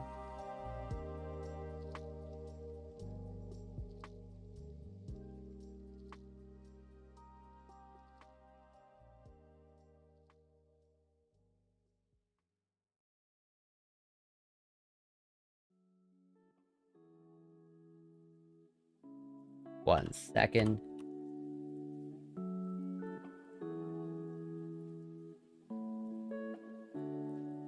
Okay. So, you know, sports therapists, some athletic therapists, even though, like I said, there's way more credibility to athletic therapists and physical therapists. But there is still kind of like you know, again, since I have, you know, quite a bit of experience in the physical fitness world, there's a lot of pseudoscience that goes around in that world, and this is one of them, where so in the vein of acupuncture, you have dry needling or wet needling, where it's like pretty much overall the same process. It's like, I think the needles are different, unlike, you know, where they put the needles and locations is different. And there's no underlying foundation or philosophy of, you know, chi and energy flow in the body. You know, it's an attempt to like try and like make it scientifically sounding. But still, there's no evidence backing it up.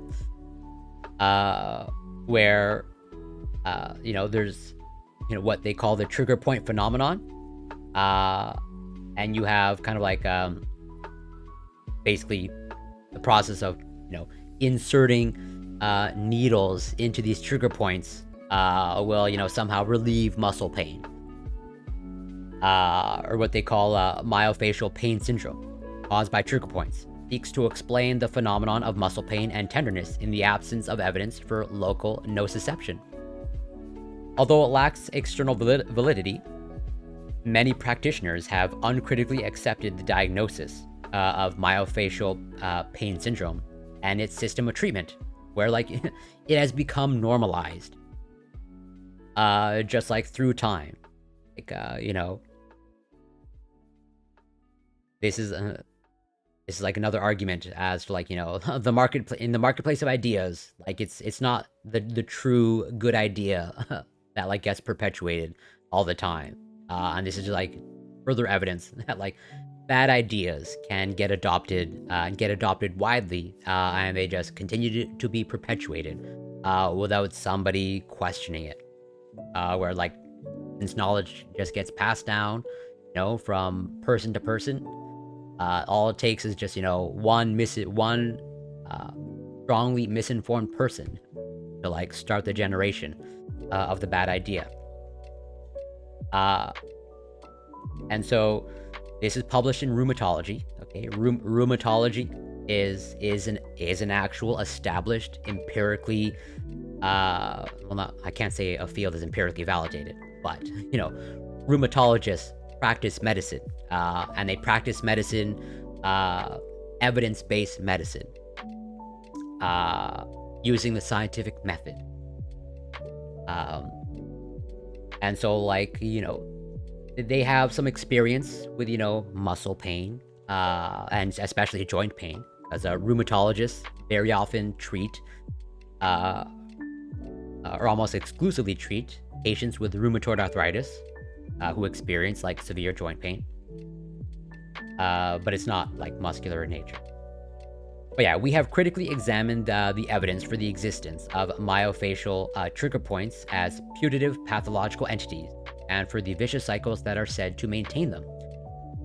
We find that both are inventions that have no scientific basis, whether from experimental approaches that interrogate the suspect tissue or empirical approaches that assess the outcome of treatments predicated on presumed pathology.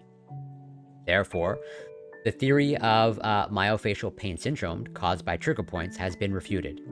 This is not to deny the existence of the clinical phenomena themselves, for which scientifically sound and logically plausible explanations based on known neurophysiological phenomena can be advanced. And the key messages. The theory of myofascial pain based on trigger points is conjecture that has been put forward as established knowledge. The key phenomenon of muscle tenderness demands a robust, plausible explanation based on neurobiology. Clinicians cannot ignore the important role of contextual factors when evaluating outcomes of the treatment for myofascial pain syndrome. And so, like, it results...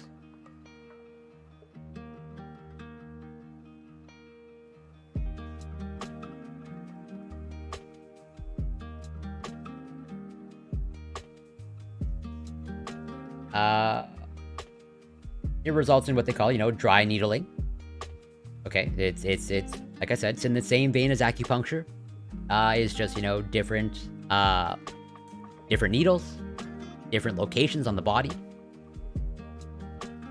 And the concept of dry needling, the foundation is like based in this, like the trigger point phenomenon, where like, if you just like put a needle, you put a needle in the trigger point, it will alleviate the pain. This is, yeah, myofascial trigger point dry needling. No surprise, this website appears to be from a chiropractor, so further evidence that chiropractors are, pseudoscientific.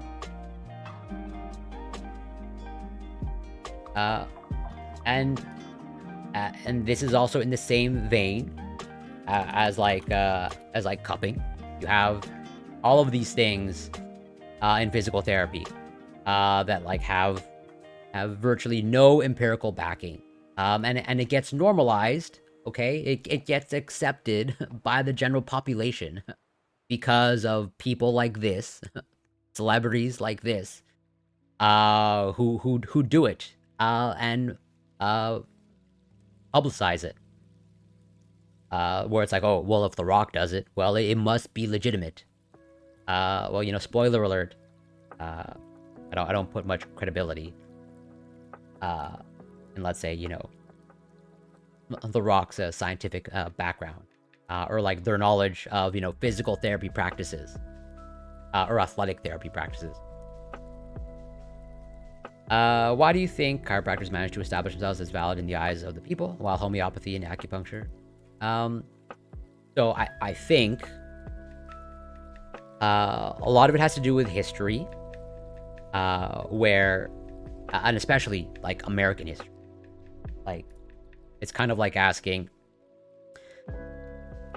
since chiropractic you know, has its roots. It looks like it has its roots in the United States, as we just went through. And I think the fact that it has its roots in, you know, in a developed country, you know, it took hold. It has established, you know, I guess like accreditation institutions. It, you know, just like alluded to in the article that we just went through. You have like the Academy of Chiropractic Education. And so,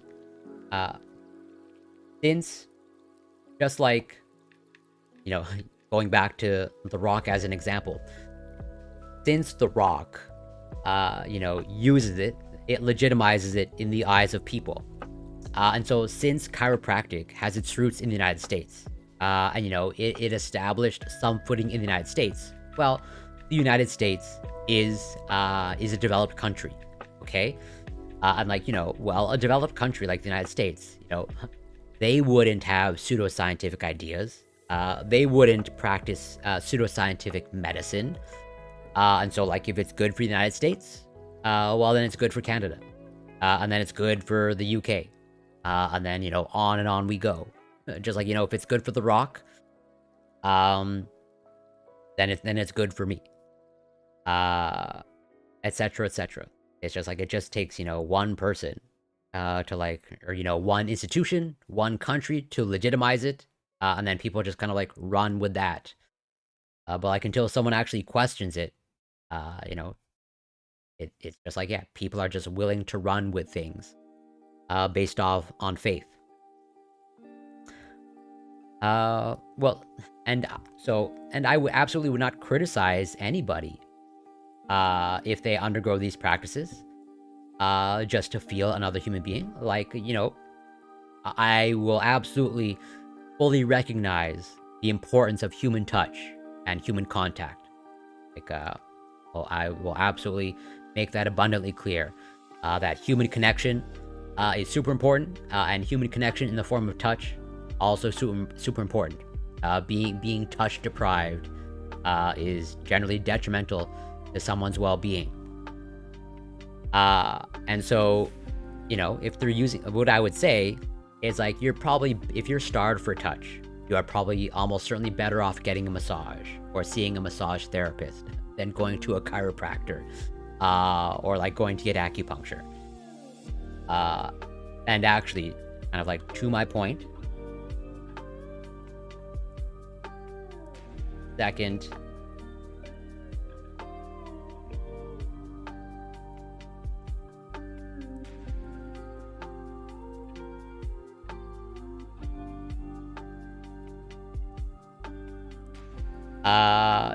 and yeah, I would recommend a massage therapist, not only just because like it's probably like overall just a much better experience, more relaxing, and you know, you probably get a more human touch, and like overall oriented around touch.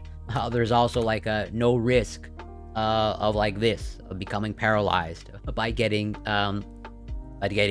your spine or neck manipulated. So like, this is just one case, okay? So I don't know like how rampant this is. I don't think we have good figures.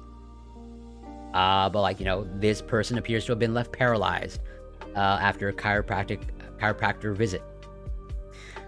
And so, and you know, is this just mere coincidence? It could be. It could just be that after they went to the chiropractor, you know, this young person happened to be paralyzed. A Georgia woman has been left paralyzed after a visit to a chiropractor last month, her family claims. I'm like, yeah, claims. Okay, can I say for certain that this was caused by the chiropractor? No, I can't say that. But what I would say is like, you know, that's why, like, if you go to a massage therapist, there is zero risk. There should be zero risk of paralysis or any sort of tissue or muscle damage. Caitlin Jensen, 28, went to a Savannah chiropractor on June 16 to have an adjustment to her neck. Sounds very legitimate. Sounds like a very legitimate medical manipulation. States a GoFundMe page dedicated to raising medical funds for her care.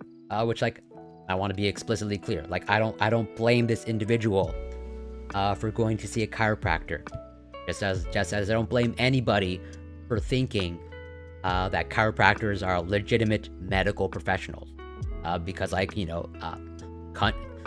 countries like the United States and Canada, they participate in legitimizing chiropractors. And that is a bad thing. You should not do that. Just like I mentioned earlier, like, no university should offer a degree in chiropractic. Soon after the adjustment, Jensen became ill and was taken to hospital, where it was found she had 4 dissected arteries in her neck. According to UVA Health, arterial dissections occur when inside the wall of an artery tears. As blood seeps into the tear, layers of the artery wall separate, which can lead to a life-threatening leak. This damage led to cardiac arrest and a stroke, as well as a loss of pulse for over 10 minutes, after which she was revived, the fundraising page reads. Once the doctors were able to stabilize Caitlin, she rushed to surgery. She was rushed. Doctors were able to repair some tears and placed a stent in one artery. That morning, we were up and talking to her before work. You're talking to her, and then 30 minutes later, she's in the hospital and now in the ICU. Her brother, Caleb Johnson, told the ABC News affiliate. WSB-TV spoke with Jensen's mother, Darlene, who said doctors told her they believe the injury occurred as a direct result of the adjustment. The surgeon that performed the surgery on her that saved her life, and every other doctor that has looked at her, have all agreed that this happened as a direct result of the neck manipulation. I'm like, yeah, this is what I was alluding to earlier, Bob Marley, when you asked during the workout stream of, like, what do I think, actual doctors say? This might be a litmus test that you can use for, future medical doctors. Like, if ever you want to establish, whether they're a decent doctor or not, just ask them, what do you think of chiropractors? If they give thumbs up, oh yeah, chiropractor's good, you might want to continue seeing that medical doctor. But if they say chiropractor bad, not actual medical professionals, well then, I'm not saying put all your faith in them, but at least, you could maybe increase it. I have, maybe just 10% more confidence in this doctor. That they're not, straight poorly trained.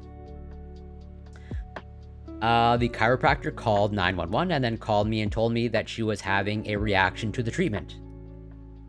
One way to put it. The GoFundMe, which has raised close to half of its $100,000 goal so far, says that Jensen is now conscious and can respond to verbal commands by blinking her eyes and nodding her head. She can also wiggle the toes on one foot. The rest of her body remains in paralysis. I'm actually amazed by this. I can't believe something this big is falsely believed by the... Yeah, it is totally... Like you say, it is literally mass deception. And it's super sad. And again, let's just say I'm with the doctors on this, in that this is almost certainly caused by the chiropractor. And like this mass deception leads to results like this. And the article says Jensen had recently graduated from Georgia Southern University with a master's degree in chemistry. And like, yeah, this is where, again, even someone with scientific training, like this is where, like, I still do not blame this person or this family. This is all on the chiropractor, and this is all, the blame on just like, the institutions as a whole, where it's like, we have a tendency, and understandably we have a tendency to trust institutions, and for institutions to, have our interests in mind. Where again, like, unless you're doing your due diligence, like unless like you're like looking up yourself the history of chiropractors, what they do, the foundations of, their school of thought, if you could even call it a school of thought. I don't. Then, like, I don't blame someone, even someone with scientific training, believing that, a chiropractor is, again, a legitimate medical professional. Because, like, we just understandably, naturally trust institutions. Maybe not so much these days, but I think on the whole, historically speaking, like, we just hope. And Cold Hard Truths, thank you so much for the follow. Much appreciated. Happy to have you here. But, like, yeah, again, and that's where it's like, using the example of universities, and, like, universities shouldn't offer, a degree in chiropractic. But then, like, if I'm this person, okay, I don't actually know if Georgia South University has a degree in chiropractic, but let's say they do. Then it's like, yeah, as I'm studying, chemistry in the Department of Chemistry, and then, down the hall, I have, the Department of Chiropractic. Well, then I don't blame anybody for, thinking that this is like an established, scientific field. This contributes to, like, the mass deception. And it's really difficult to not succumb to that mass deception. Like, I have no problem saying, like, when I was a teenager, I was under the impression that chiropractors, were, like, legitimate medical professionals. Like, up until the age of, like, 15, 16, like, I was totally under the impression that chiropractors were, like, real medical professionals that practice, some sort of medicine. Are, like, do actual, therapeutic manipulations and treatments. I'm grateful that, like, I eventually did my due diligence and started questioning things. But again, I don't blame anybody for being deceived, because, like, the society, the country, the institutions contribute to it. Where was I? Dr. Steve Renicki. I'm like, again, well, why should this person have that title? Doctor. Again, just furthering the point. Contributes to the deception. Like, Dr. Steve Renicki is totally different than the doctor that performed the surgery. Okay, but, like, if you're not a person, like, that's trained, then, like, yeah, it's totally understandable that, like, oh, this doctor, this surgeon who's a doctor, they perform surgery on me, medical professional, and then you have Dr. Steve Renicki, who, like, manipulated my neck. It's like, yeah, it's understandable that you think these two people with the same title, that are, doing medicine, practicing medicine, that you think that they're medical professionals. I just thought I'd chime in. Well, first, I appreciate, I don't know if this is intentional or not, but I appreciate that you used the stomach chime as opposed to chime. And on this absolute nonsense, not you. The amount of people I spoke to whilst working in a gym that would complain about lower back pain, 100%. So, I mean, you're literally describing the workout stream that I had earlier. And again, like, I don't want to discourage anybody from, let's say, if they're seeing someone, if they're seeing someone that's, benefiting them. Like I said earlier today, during the workout stream. Oh, totally caught that. That mixture of digested food and acid, etc., etc. I'm heavily versed on the digestive system. But yeah, like, earlier in the workout stream, fellow community member Smash, they were saying that they're seeing a chiropractor. I'm like, a well-reviewed chiropractor. And, I gave my 2 cents in that, yeah, I don't encourage seeing a chiropractor, but, like, at the end of the day, if they are benefiting you, then, like, who am I to say anything. It's like, if it's working and you feel it's working, then that's all that matters. Again, I'll say this over and over. As someone with a chronic illness, like, and is, let's say, heavily active in the chronic illness community, and always tries to advocate for the chronic illness community, it's like sometimes you just got to go with what works. And if something is working, well, then you don't always need to question it. But I do want people to be informed.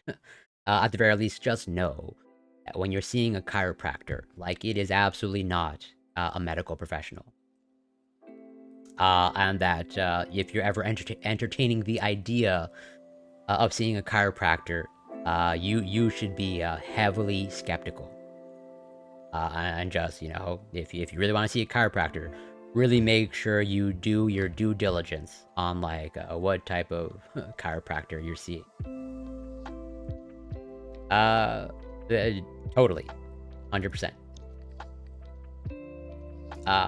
Where, like, yeah, totally when it comes to back pain, they are treating the symptom, not the cause. And, like, definitely when it comes to anything else, they're not treating anything.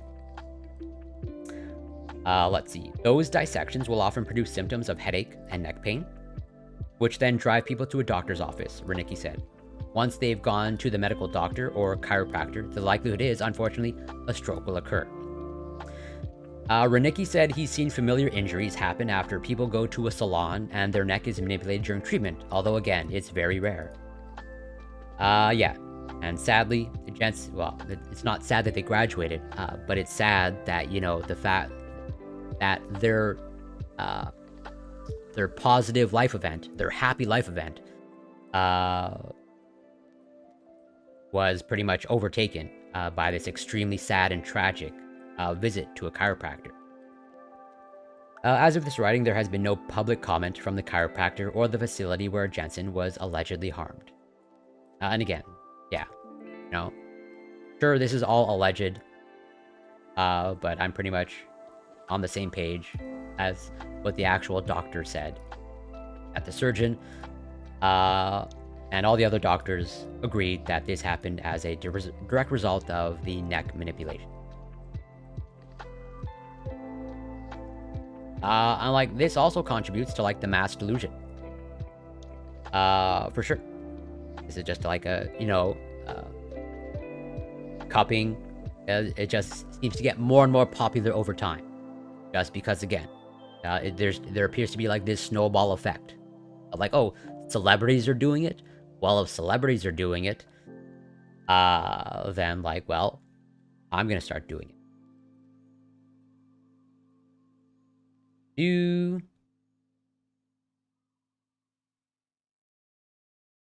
So, wrapping up this article, according to the American Physical Therapy Association, physical therapy by 2020 will be provided by physical therapists who are doctors of physical therapy and who may be board-certified specialists.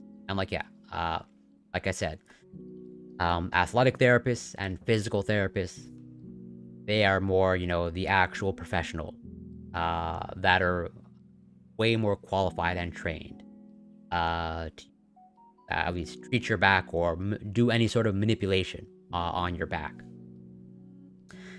Consumers will have direct access to physical therapists in all environments for patient-client management, prevention, and wellness services.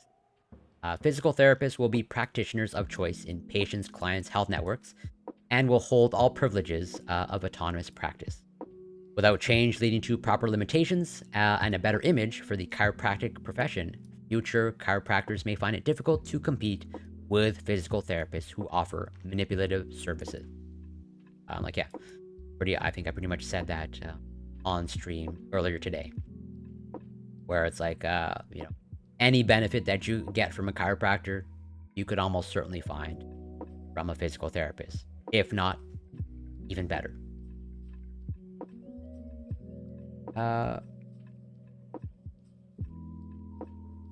And so this article, and this was published in the Annals of Internal Medicine, but, like, it's fairly old, 21 years old.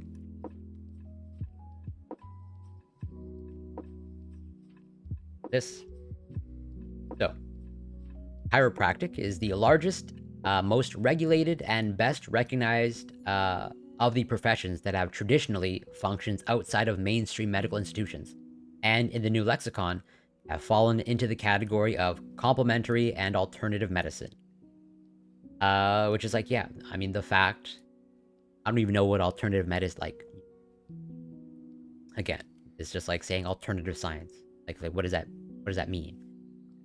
Why would you ever want to practice alternative medicine? Or like have a treatment from alternative medicine? It is unique in the United States as the most widely disseminated indigenous U.S. system of healing. Its steadily increasing acceptance and use by the public and payers indicate that chiropractic is no longer the marginal or deviant profession it was once considered to be. According to surveys of patients seeking alternative care, chiropractors are used more often than any other alternative provider group, and the satisfaction with chiropractic care is very high. The number of chiropractors is growing. The current number of 60,000 is expected to reach 100,000 by 2010. Based Egghead, welcome. Thank you so much for passing by. I hope you're doing well. I mean, yeah, if you're saying chiropractic is bunk, like, we're on the same page here. I'm definitely not... You're not going to see me singing the praises of chiropractic. Although some observers suggest that the profession may be entering the healthcare mainstream, chiropractic remains a young profession.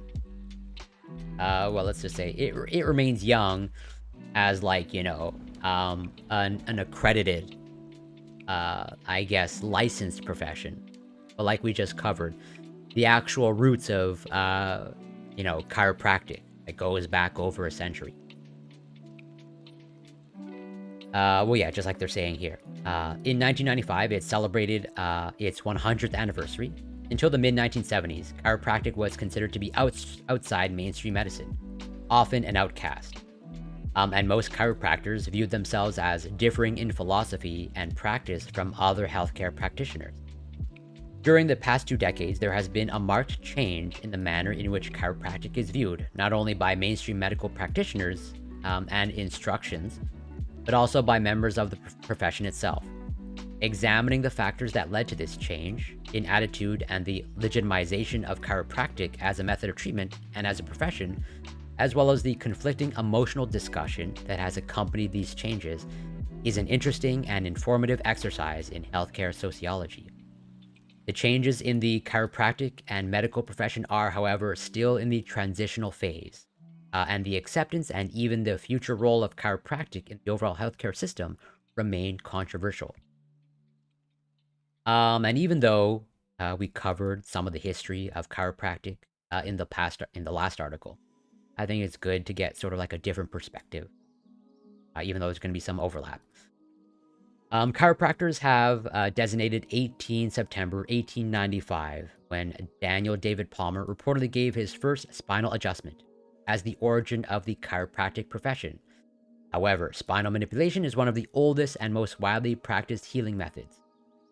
References to spinal manipulation, and even the term subluxation, can be traced back as far as Hippocrates and Galen. And manual and manipulative procedures have been depicted in the art and writings of most ancient cultures. Although manipulation has been part of orthopedic medical practice for centuries, most non-medical practitioners of spinal manipulation in the 19th century were bone setters, who had learned their skills primarily by apprenticeship and observation. The early and middle years of chiropractic were dominated by charismatic and authoritarian figures who often disagreed with one another. Many of the early schisms around the theory and scope of practice from this period still exist in some form. Daniel David Palmer, who originally practiced as a lay magnetic healer, again, can't reiterate that point enough. Chiropractic, basically the father of chiropractic is a magnetic healer, is credited with professionalizing the practice of spinal manipulation. He integrated popular natural health and scientific models of the day to present a unique theory of chiropractic.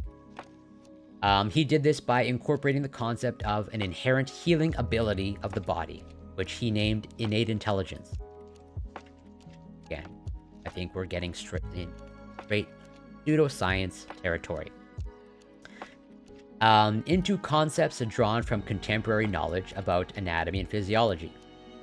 He eschewed the use of drugs and surgery as unnatural invasions to the body and focused on what he perceived as normalizing the function of the nervous system as the key to health.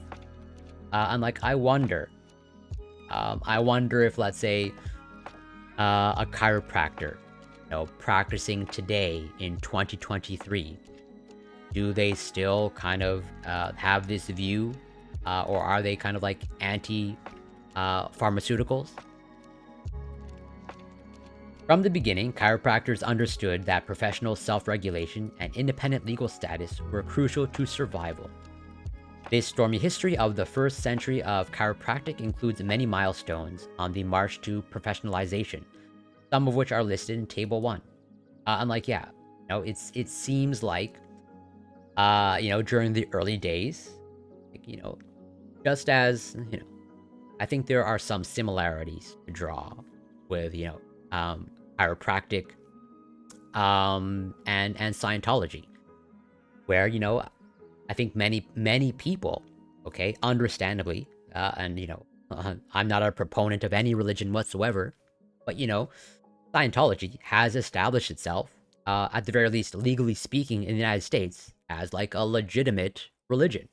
They receive tax-exempt status.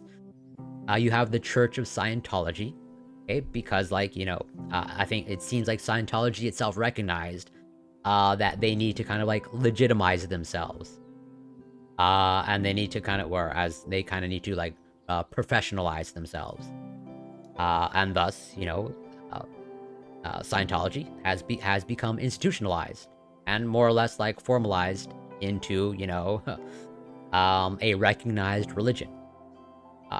It seems like it's the same thing holds true with chiropractic, or chiropractors, where it's like, they kind of like knew that they had to establish themselves, that like if they wanted, long-term success, and at some point they wanted to be, taken seriously by the general public, well, then we need to kind of like push to professionalize and legitimize.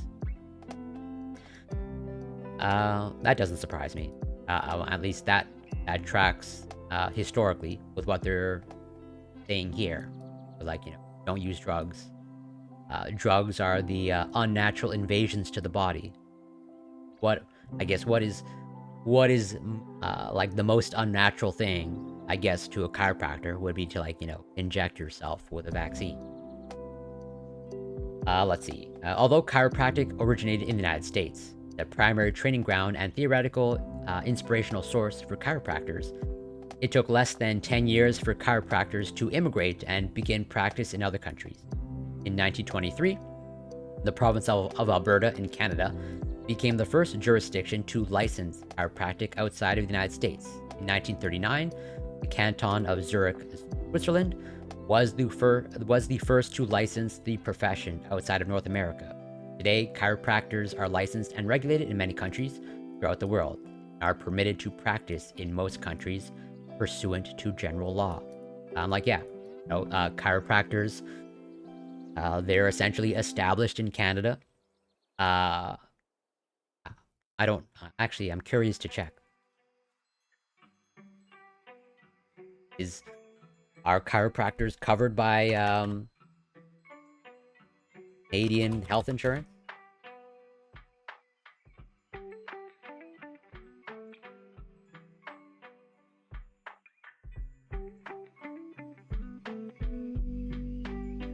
You have chiropractic.ca.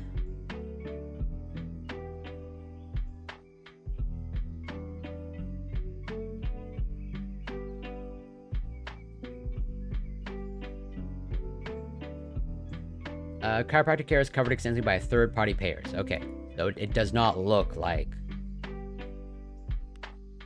there's much public funding for coverage of chiropractic, which is great.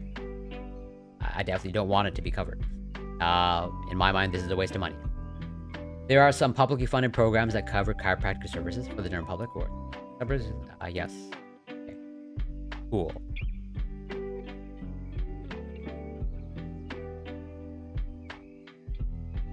Close that. So it seems like this is like the rough timeline, or some key dates in establishing and legitimizing chiropractic. Where they at? 1905, Minnesota, first state to license.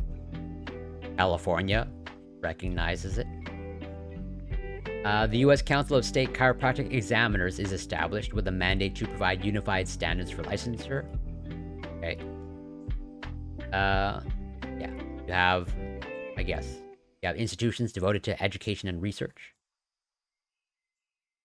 So 1963, the National Board of Chiropractic Examiners is established to create standardized examinations and promote consistency and reciprocity between state exam boards. This is silly, but this is a smart thing to do if you're looking to legitimize, chiropractic. Louisiana is the last state to grant licensure to chiropractors. The U.S. Council on Chiropractic Education is recognized. Yep. What is... Ooh, okay, interesting. So in 1987, the U.S. Supreme Court upholds a lower court decision that finds the American Medical Association guilty of antitrust violations in its attempt to eliminate the chiropractic profession.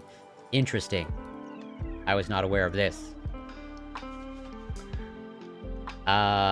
Which, not that I think the American Medical Association is perfect. They definitely have their flaws. But I think generally as a governing body of American medicine, I think the American Medical Association does pretty good. I'm actually I don't view this as a bad thing from the American Medical Association. Yeah, totally, 100%. We definitely spoke about this earlier, based Egghead, where as I mentioned earlier, no university should offer a bachelor's in chiropractic. Just as no university should have their department of chemistry, and then down the hall their department of chiropractic. That just undermines, I would say, the whole institution. The U.S. 1994, the U.S. Agency for Healthcare Policy and Research convenes an evidence-based consensus panel that rates spinal manipulation as an effective treatment for back pain. Okay. The Consortial Center for Chiropractic Research is established by a grant from the U.S. National Institutes of Health. So, this is basically using public funds, or what I would imagine is public funds. Which is crazy. The National Institutes of Health, that is, from what I understand, that is a major granting agency for scientific research, or for scientific and medical research, or biomedical research. And it looks basically, taxpayer money was used to, establish, a pseudoscience research center. And nothing to apologize for. I definitely don't mind beating myself. How is that? Yeah, totally. This is news to me. I had no idea that actually happened. Maybe that, even if it's not verified, it's still the free market and they're not trying to claim it's medicine. Yeah.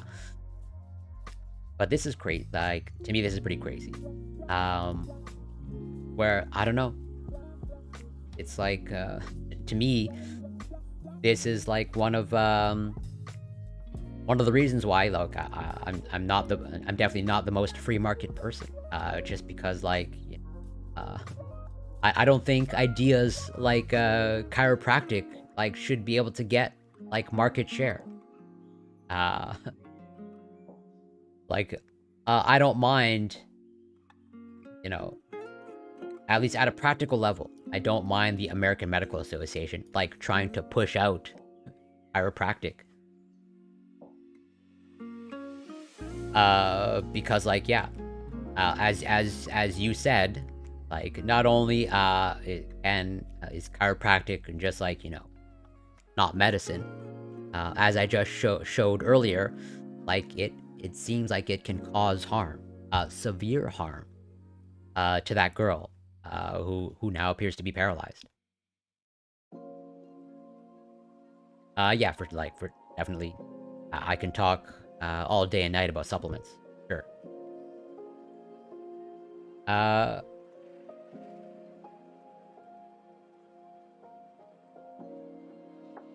So let's see what their overall discussion is.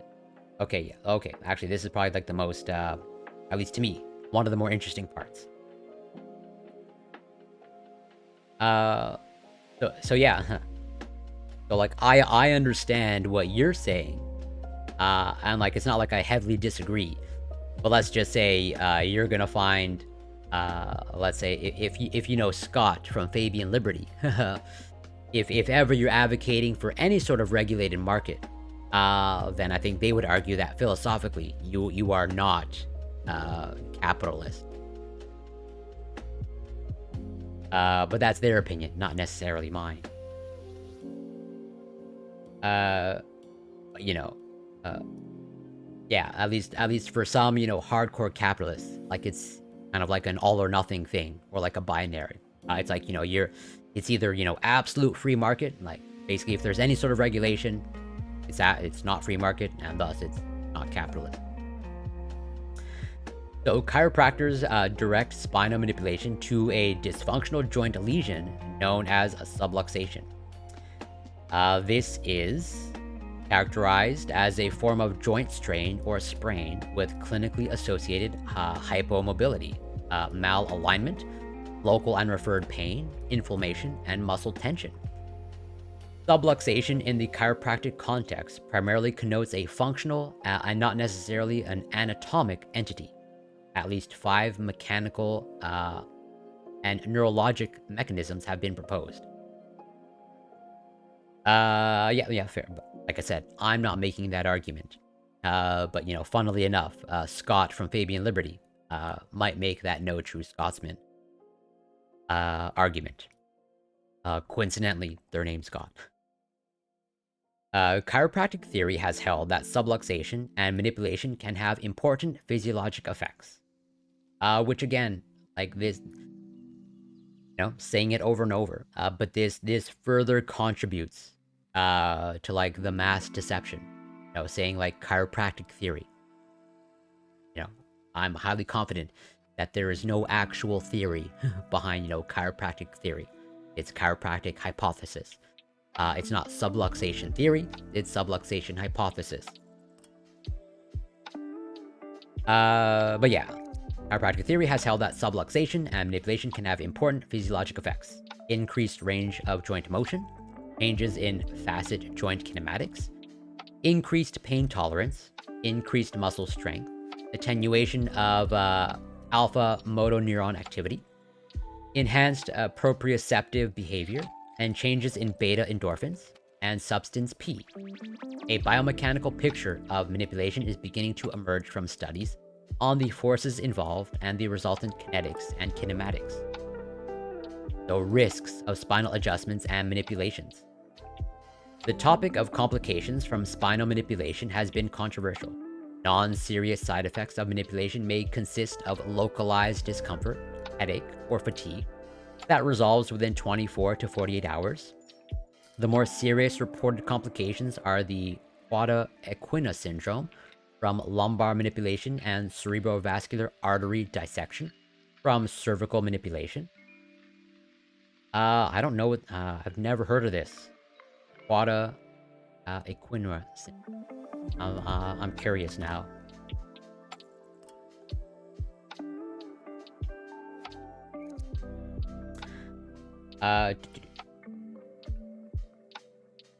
What is the AA? Okay, like a legitimate medical webpage. The quada equina is the continuation of these nerve roots in the lumbar and sacral region. These nerves send and receive messages to and from the lower limbs. Okay. Quadra equina syndrome occurs when there is dysfunction of multiple lumbar and sacral nerve roots of the quada equina. Okay, well, today I learned. Yeah, exactly. So, the apparent rarity of these accidental events has made it difficult to assess the magnitude of the complication risk. No serious complication has been noted in more than 73 controlled clinical trials or in any prospectively evaluated case series to date. Serious complications from lumbar spinal manipulation are extremely rare, estimated to be 1 case per 100 million manipulations. Well, I guess that's low. But, what is a minute? I will admit, I am ignorant on the actual manipulations that chiropractors do. But, like, what is a manipulation? And, like, what is, how many manipulations are done in a typical session?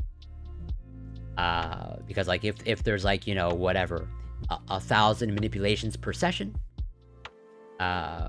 well, then I guess basically just, like, divide 100 million by 1,000, and it's, like, you know, 1 case per session.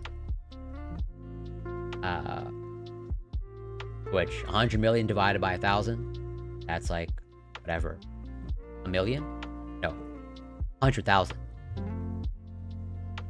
So yeah, 1 case per 100,000 visits or sessions. I guess that's technically a low rate.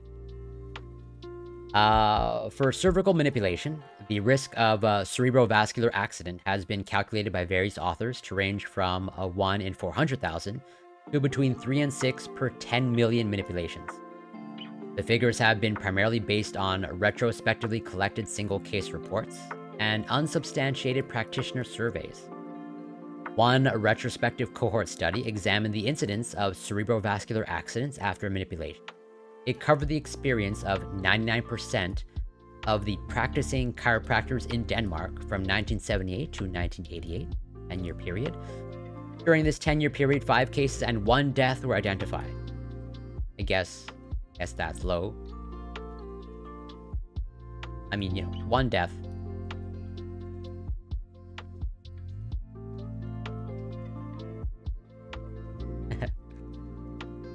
But hey, believe me, I've been there. You know, like I said, I have totally, I have discouraged some close people around me from going to a chiropractor, but you know, I definitely know people, people close to me, that they absolutely swear by them, that they put their absolute faith and trust in them.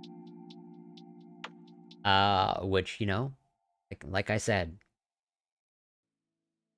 if it's working, and you actually feel it's benefiting you, then, like, you know, like, really hard to argue against that.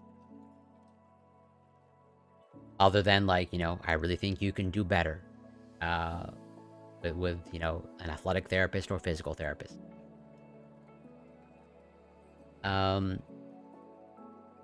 And if a manipulation is a session, then, like, yeah, I guess that is pretty low. Because, like, honestly, I don't know how to analyze this number. Where, like, if it really is 1 manipulation per session, then, like, yeah, that does seem low. But like you said, if they go regularly. But this is just, like, me thinking out loud, of, like, you know, if there are multiple manipulations, because, like, you know, I literally have no idea, like, what chiropractors actually do in terms of, you know, I read about spinal manipulation, so, like, I imagine they're doing something physical, and so, like, you know, if if there are like multiple manipulations per session, then I can see somehow where like this number isn't actually, or like the rate of complications isn't all that extremely rare. I mean, you know, these anomalies happen for sure. You know, nobody's perfect. PhDs included, and myself included in that. As someone, I think is, you know, pretty well scientifically trained. I'm sure I've made mistakes somewhere along the way. Or rather, I know I have. Unfortunately, there do not appear to be any specific risk factors for vertebro-basilar artery dissection after manipulation, and the cases might represent idiosyncratic events or the aggravation of arterial dissections in progress. And we were just reading the case. I don't know if you caught it. Second.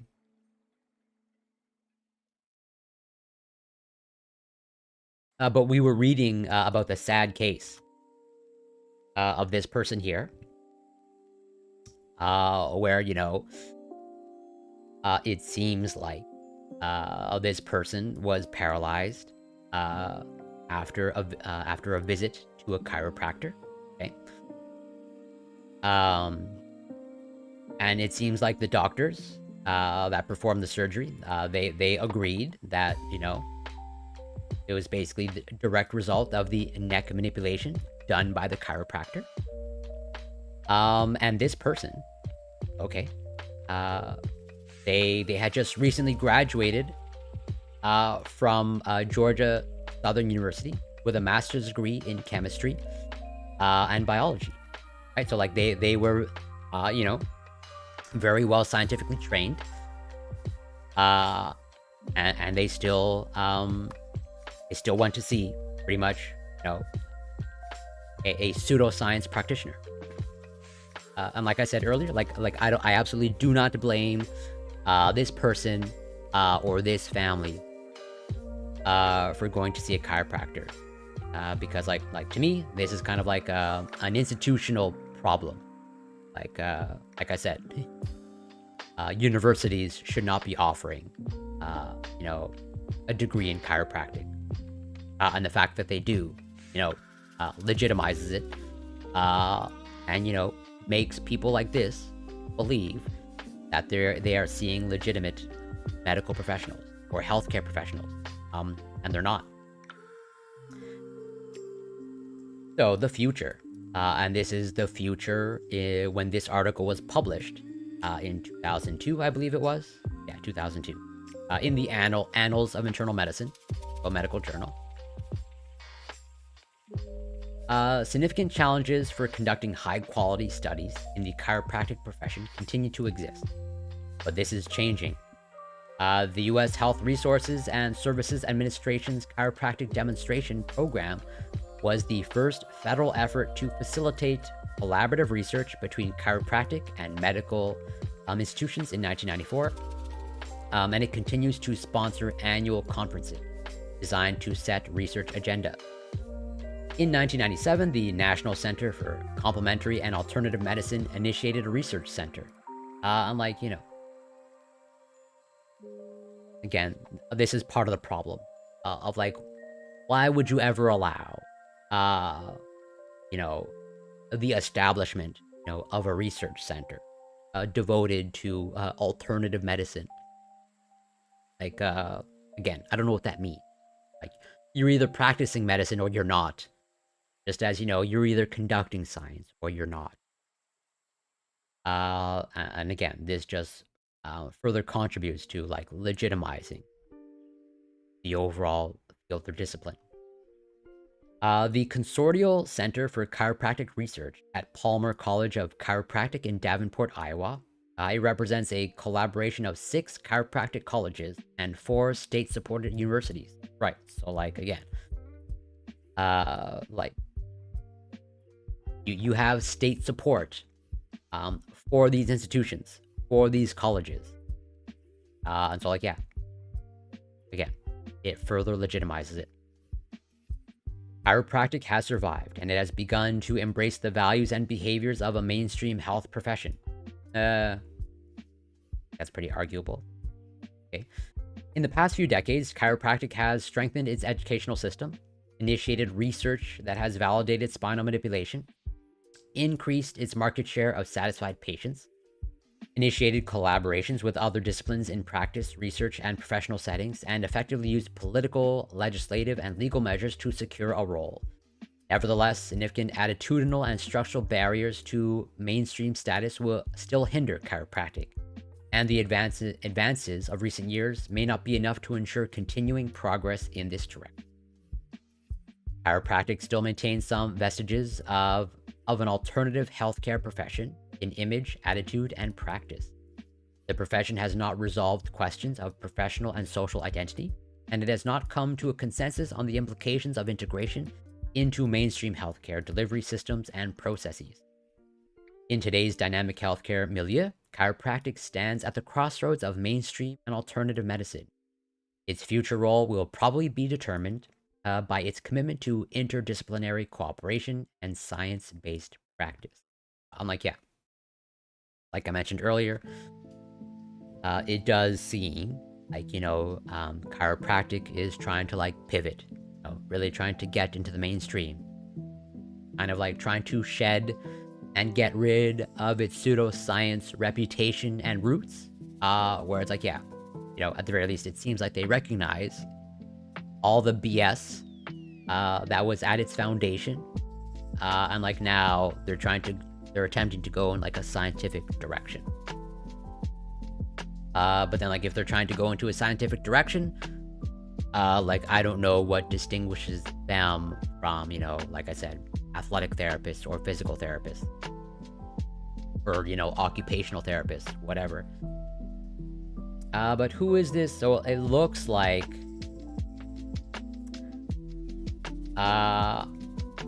this was, this was written by chiropractors. I'm gonna double check, but I imagine this is Doctor of, chiropractic. This is also DC, Doctor of Chiropractic, but it's at the end.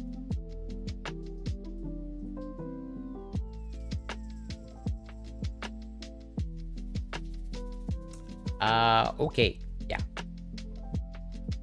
So, pretty much,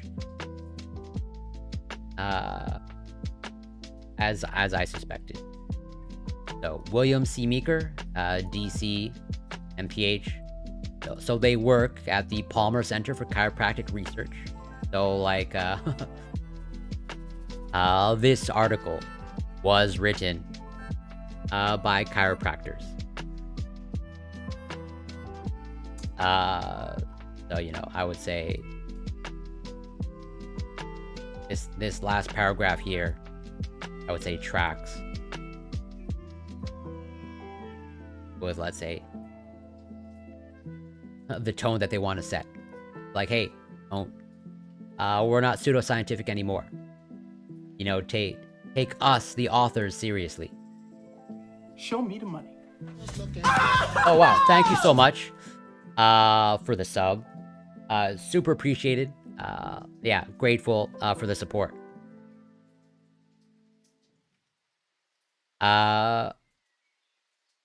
But yeah, I think there's a clear conflict of interest. I guess kudos to them for being transparent about, pretty much the the pseudoscience roots of chiropractic. But I would say, this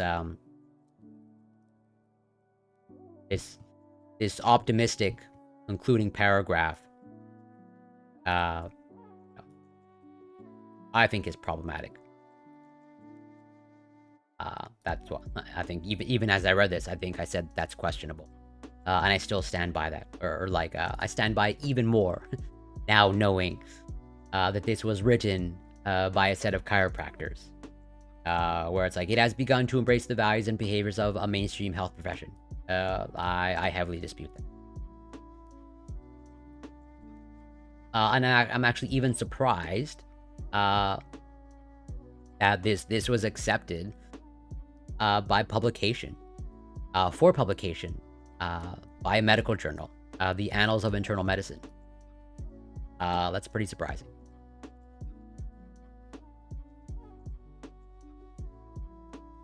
And I have this article. I'm not going to go through this entire article here, but I think it poses the legitimate ethical question of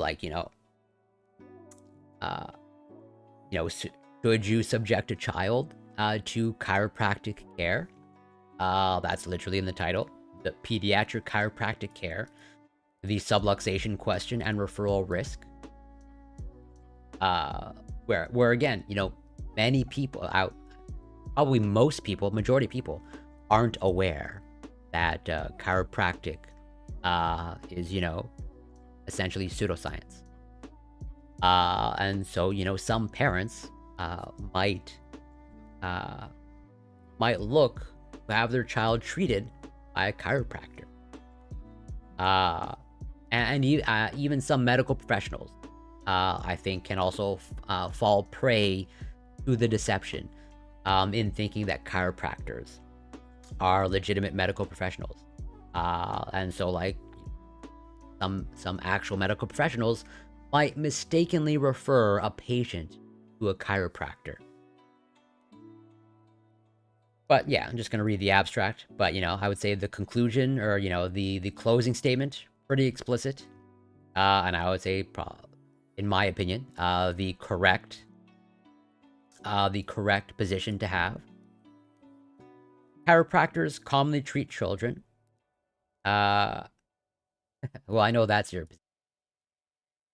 But not me. I'm definitely pro taking care of and protecting children. But hey, if ever you want to subject your child to a chiropractor, that is your right. And also, I guess I should clarify, if you want to clarify about Marley. So, you mentioned earlier, that doctors in the UK prescribe chiropractors, or they refer people to chiropractors. So is that still true, or did you just confuse chiropractors with an orthopedist? And the reality is doctors will prescribe or refer to an orthopedist, and that chiropractors not an actual thing that doctors prescribe or refer to. Chiropractors commonly treat children for a variety of ailments by manipulating the spine to correct a vertebral subluxation or a vertebral subluxation complex, alleged to be a cause of disease. Such treatment might begin soon after a child is born. Both major American chiropractic associations, the International Chiropractic Association and the American Chiropractic Association, support chiropractic care for children, which includes subluxation correction as a treatment or preventive measure. And also, this was published in Bioethics. So you might disagree with this journal, Bob Marley. I do not know of any credible evidence to support chiropractic subluxation theory. Any attempt to manipulate the immature cartilaginous spine of a neonate or small child to correct a putative chiropractic subluxation should be regarded as dangerous and unnecessary. Referral of a child to a chiropractor for such treatment should not be considered lest a bad outcome harms the child or leads to a charge of negligence or malpractice. Yeah. Pretty much my position. Not only do I definitely say this strongly with children, but just like I made it explicitly clear, I discourage anyone from going to see a chiropractor. Again, unless you've done some serious vetting, or again, it's just one of the few chiropractors that you trust. Again, I know that there's a community member or a follower, Smash, they go see a chiropractor, and they swear by them. So and I understand. You just gotta do what you feel is in your best interest. I think my granddad's doctor recommends chiropractic care and painkillers, but I don't actually know whether that's some sort of professional prescription or just, oh, okay, fair enough. And if it's your granddad's doctor, you know if they're like old, elderly, like they're an old doctor. Like I can totally see, like, you know, an old school doctor, thinking that chiropractors are legitimate.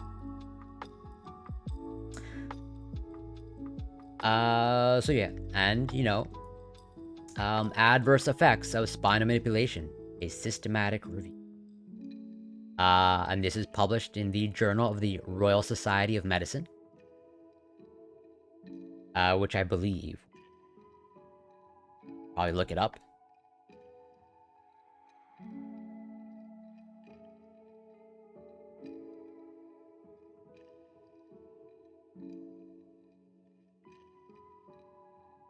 Yeah, which this is basically a medical society in the UK. Yeah, so that's like I asked sort of under the assumption, but I want to clarify where it's like since you know I think it's fair to say that you know your granddad is old, and so like they probably have like an old doctor, or like maybe a doctor that that has been following them for a long time. Thus, like the doctor is old too. Then I can totally see an old doctor who has been deceived into thinking that chiropractors are legitimate. So, spinal manipulation or adjustment is a manual treatment where a vertebral joint is passively moved between the normal range of motion and the limits of its normal integrity, though a universally accepted definition does not seem to exist. It is occasionally used by osteopaths, and like I put osteopaths pretty much in the same vein as chiropractors. Like yeah, I would never encourage anybody go see an osteopath. I would never encourage anybody to go see a chiropractor.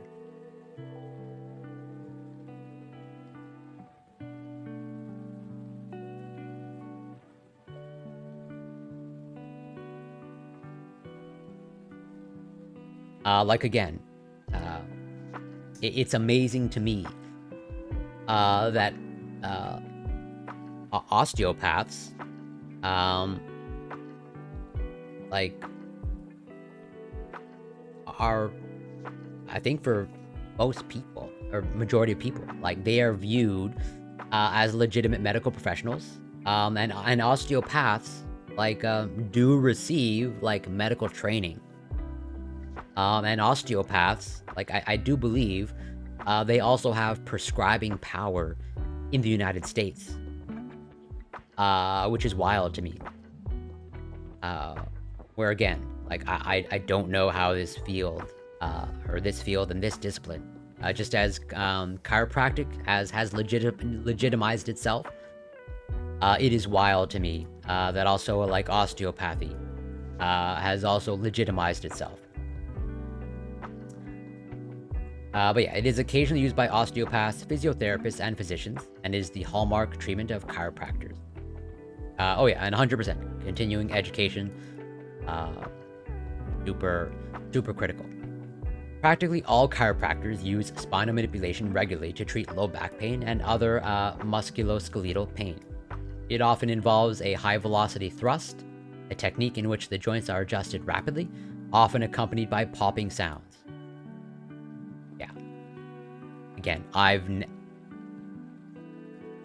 never had a chiropractor lay their hands on me. I would never voluntarily allow a chiropractor lay their hands on me. But this just sounds, I don't know, really bad.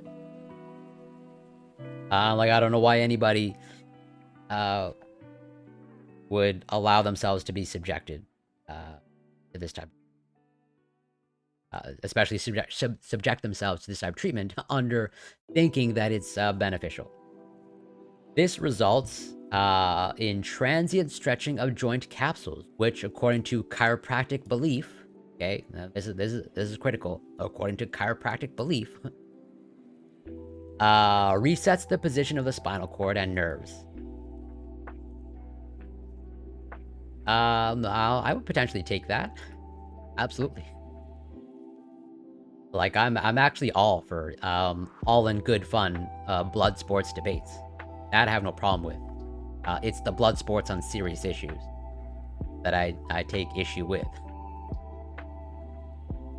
Allowing the nervous system to function optimally and improving the body's biomechanical efficiency. And actually, speaking of for fun blood sports debates, like, I was sort of supposed to have a blood sports debates with aristocracy about cats versus dogs before they went on hiatus, or like pretty much kind of like semi-retiring from Twitch. Where like I was gonna heavily argue and blood sports debate that cats way better than dogs. And Eris obviously on the dog side. The canine side, rather. The thrust is exerted through either a long lever arm, in which force is applied distant from the joint, or a short lever arm, when force is applied close to the joint. Many experts see spinal manipulation as an effective form of treating back pain. The evidence from randomized clinical trials, however, remains contradictory and often unconvincing. For conditions other than back pain, there is no good evidence for the effectiveness of spinal manipulation. Right, so going back to this. Okay, going back to this. Of like, how bad ideas, pseudoscientific ideas, get perpetuated. Okay. Where, there's the question, okay, of whether, something is empirically backed. And there's the question of, whether something is benefiting a person. And so, like the trigger point phenomenon, okay, which is like the foundation, or like, the underlying school of thought for things like dry needling, okay,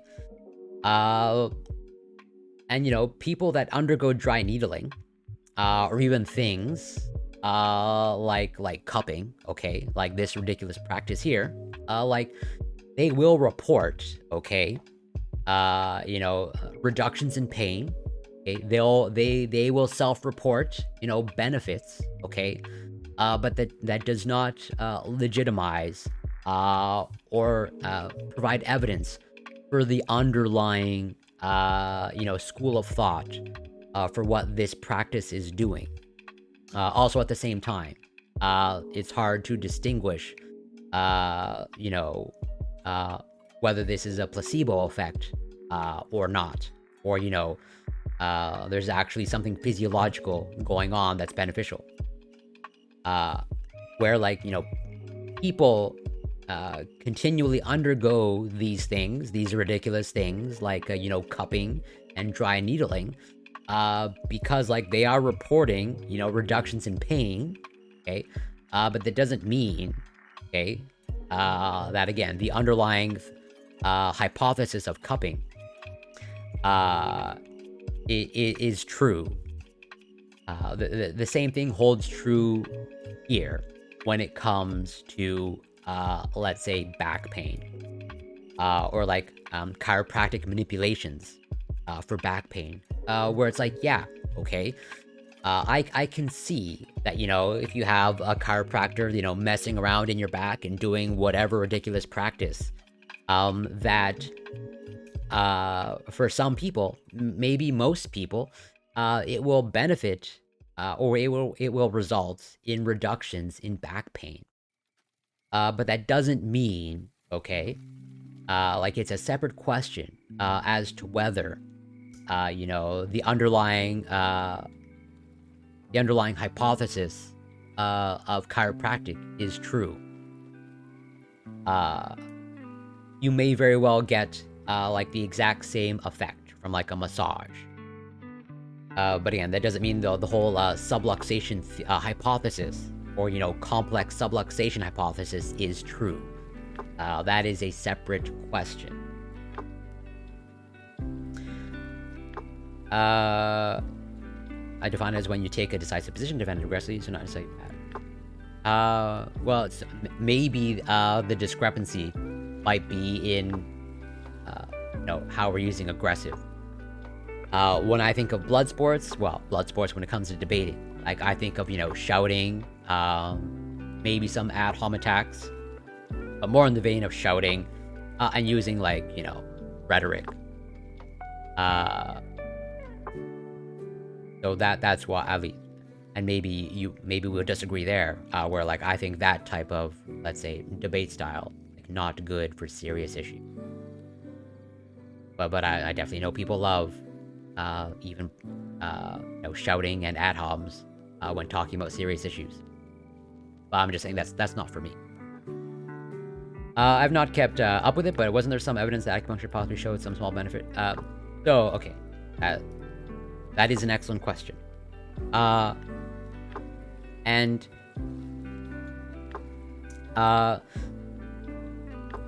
there does appear to be some evidence, okay, that, like, as you said, and that's my understanding as well, that acupuncture, again, for like some very small areas, or like for very niche uses, acupuncture appears to have some benefit. Or like, for this and only this, it seems like there's some evidence that acupuncture is beneficial, and results in, reduced back pain. But pairing that with the placebo effect, or rather, we can't say for certain that, that it's not the placebo effect that is doing that. And part of the reason why is because, like, it's very difficult or very challenging to have a true placebo group in the context of acupuncture. We covered it a little bit in the Wikipedia article about acupuncture.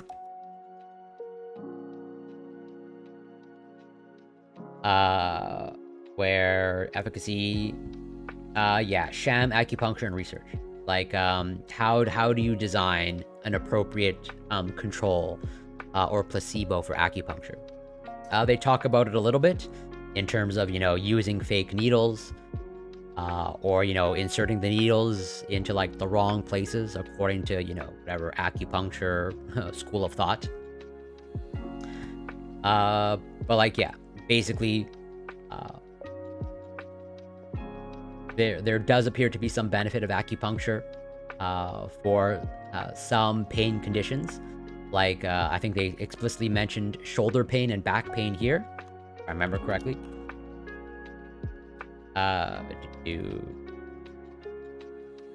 Shoulder pain and fibromyalgia. Which fibromyalgia is like a pretty explicit and potentially can be debilitating pain condition. Of just, like, undefined pain throughout the body. But, like, yeah, basically it's hard to determine whether, it's the result of the acupuncture or some placebo effect. As they say here, just because, like, you virtually impossible to have a perfect placebo in acupuncture research. But this is not to say, okay, like, and we saw this, or those who saw when I covered psychedelic research. Like, as psychedelic research takes off, which is great, I am all for doing as much research as we can on psychedelics, but that is going to be an issue that we're going to have to grapple at some point, of, like, okay, if we're showing benefits of psychedelics, okay, how do you tease that out from a placebo effect? Or, like, how do you do a truly randomized placebo-controlled trial when studying psychedelics. Because, like, you know, pretty much it's virtually impossible, as far as I know, to have a good placebo in the context of psychedelics. I've never taken a psychedelic, so I can't speak with first-hand experience. But from what I understand, if you're giving a placebo to someone, and they know that they're being studied for psychedelic research, I think they're going to clue in pretty quickly that they got the placebo. Fake needles and light may... Yeah, even then...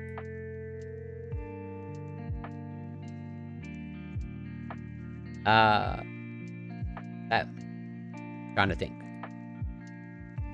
Obviously, I'm definitely not well versed. I'm well versed in experimental design when it comes to, you know, the life sciences biology, but I'm not well versed in experimental design when it comes to like acupuncture.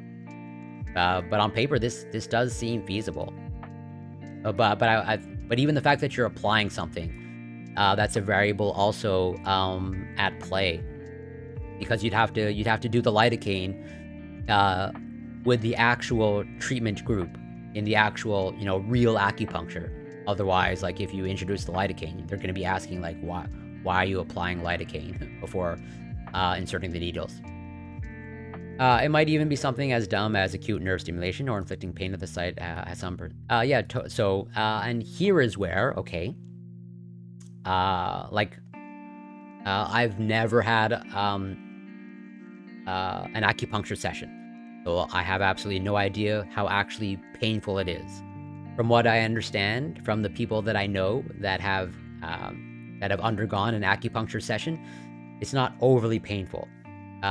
There's like some pain, but it's basically like tolerable. I guess it's on the range of, like, you know, discomfort, mild pain. But let's just say if there is some pain involved in undergoing acupuncture, okay, then that in and of itself also might explain some of the benefits of acupuncture, because, you know, as part of your body's natural response to pain is the release of its own endogenous pain-killing molecules, okay? Where it's like, okay, if you're having pain induced by acupuncture, that stimulates your own body's endogenous pain-killing, you know, compounds, well then, yeah, I can totally see how that will also alleviate some back pain.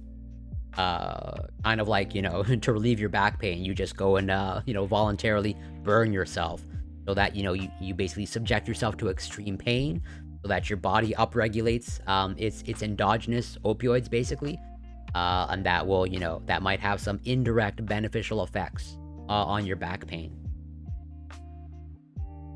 That is, I think, you know, one hypothesis out there that might be able to explain why acupuncture does have some moderate benefits when it comes to treating some forms of pain. Let's see. I was here, yeah. Many authors have voiced doubt about the safety of spinal manipulation. A particular concern is stroke after upper spinal manipulation. The systematic review by Ernst and Stevenson, published in 2002, summarized safety data available up to 2001. Since then, an abundance of new evidence has emerged. The aim of this article is therefore to identify adverse effects of spinal manipulation published since 2001. And yeah, so totally, observational studies with huge effect sizes can be sufficient.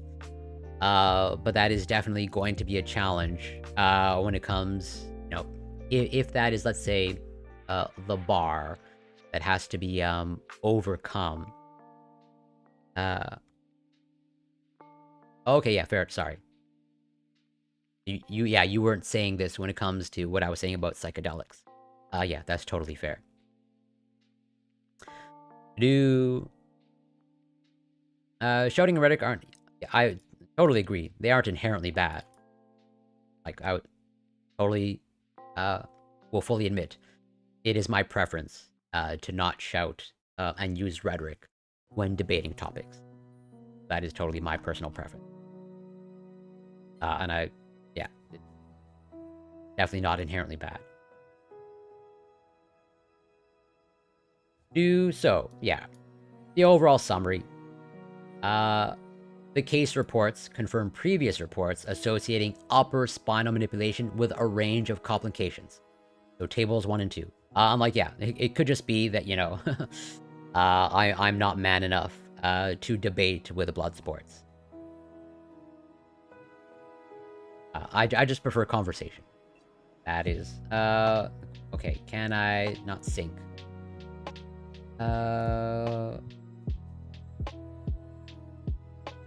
There has to be a way that I can rotate.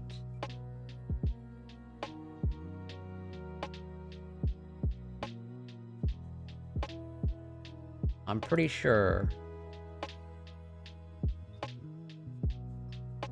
Zoomed.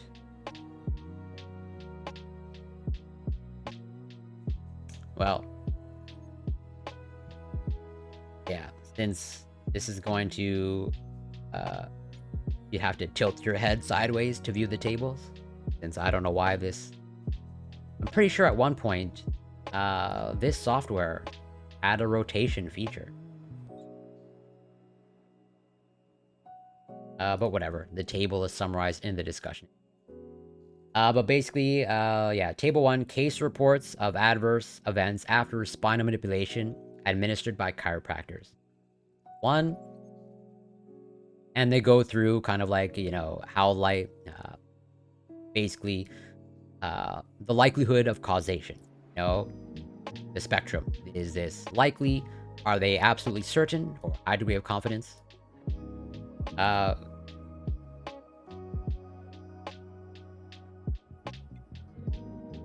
unfortunately not. But either way, I think the main message is there. I just want to know what the tables are. So table 1, basically going through the case reports of bad outcomes for a chiropractor visit. Table 2. Okay, so they're comparing. So this is non-chiropractors. So table 2, case reports of adverse events after spinal manipulation performed by non-chiropractors. That's all I really wanted to know. Well, that's the basic information that I want to know about the table. So the case reports confirm previous reports associating upper spinal manipulation with a range of complications. The most serious problems, which some experts now describe as well recognized, are vertebral artery dissections due to intimal tearing as a result of overstretching the artery during rotational... I mean, this just sounds super bad. Overstretching the artery. Oh, and Noda Bud, welcome. Thank you so much for passing by again. Nice to see you again. I hope you're still doing well.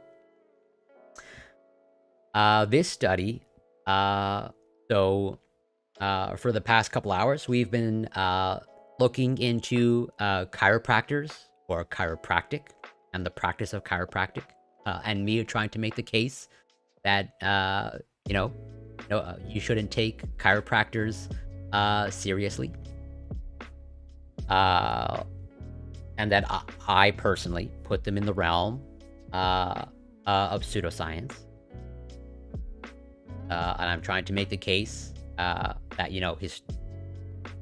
the foundation and at the very least the history of chiropractic is sketchy, and that even today, I would say there's minimal or close to minimal to no value or benefit of going to see a chiropractor.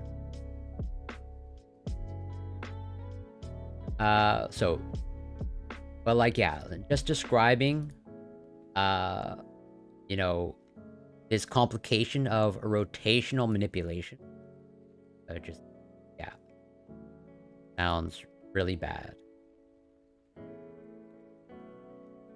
So this seems to occur most commonly at the level of the atlantoaxial joint.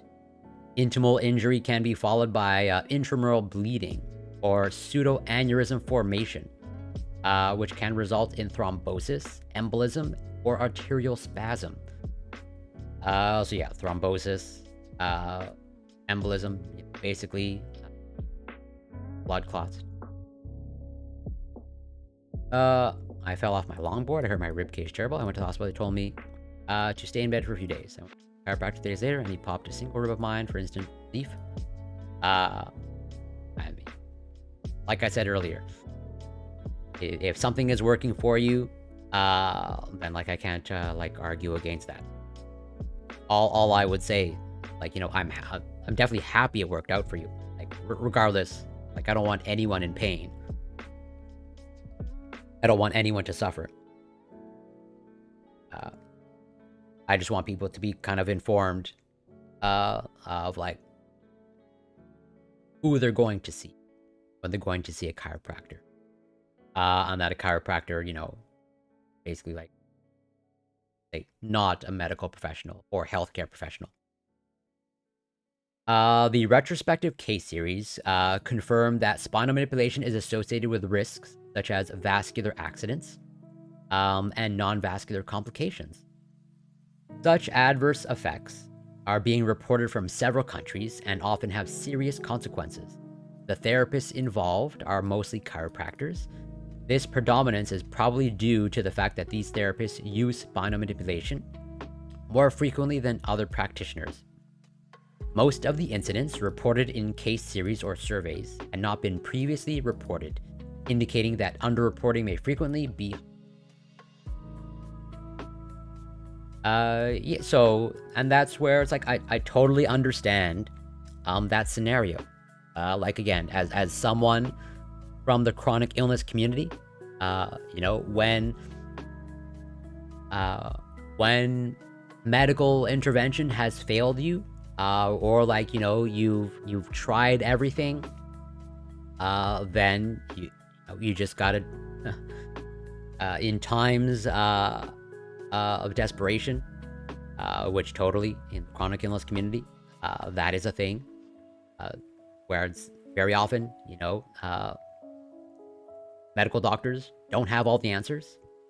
And so like when you're being undertreated or you're desperate for some sort of relief, then like I don't blame anybody for branching out or for trying, you know, these alternative things.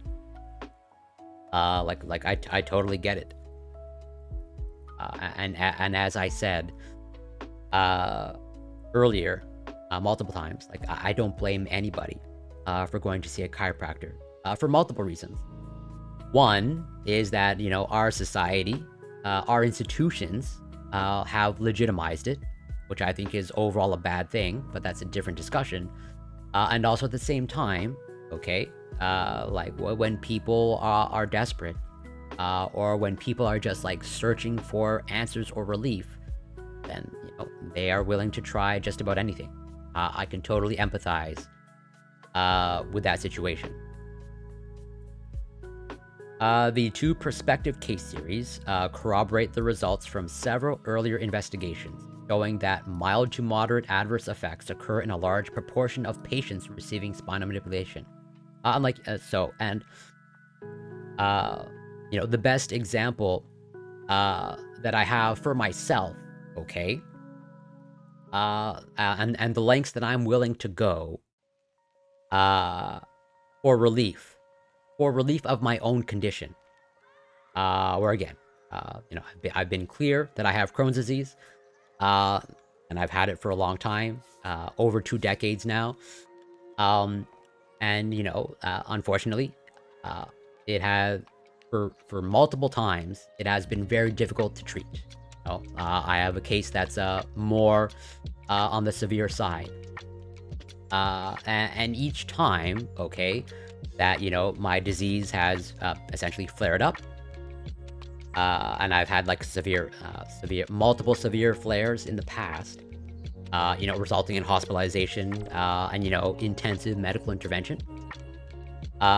When you know, when my gastroenterologist was like, hey, we tried everything, at least that's approved, okay, I was enrolled in clinical trials I was voluntarily enrolled in clinical trials, where I was willing to go down the clinical trial route because, like, it's like, hey, we've ran through the gamut of the approved therapies, and so, like, unless I want another surgery, then, like, we got to just literally experiment, and, like, I've been through 2 clinical trials, and for pretty much every medication that I've been on, like, I technically started the medication before it was actually approved by Health Canada or even the FDA, and that was part of a clinical trial, way back in the day. It was, so as of today, it's a multiple sclerosis medication. And it has since rebranded as Tysabri. But back in the day, it was called Antegrin. And at one time, they were running clinical trials to see if there was any benefit for patients with Crohn's disease. And I was enrolled in that clinical trial. And it was still in the clinical trial phase for multiple sclerosis. Like, it was basically, at that point, that medication hadn't been approved for anything. And when I was in that clinical trial, that clinical trial was put on hold. And that clinical trial was put on hold because, patients were coming down with a severe neurological condition called PML, a fatal neurological condition.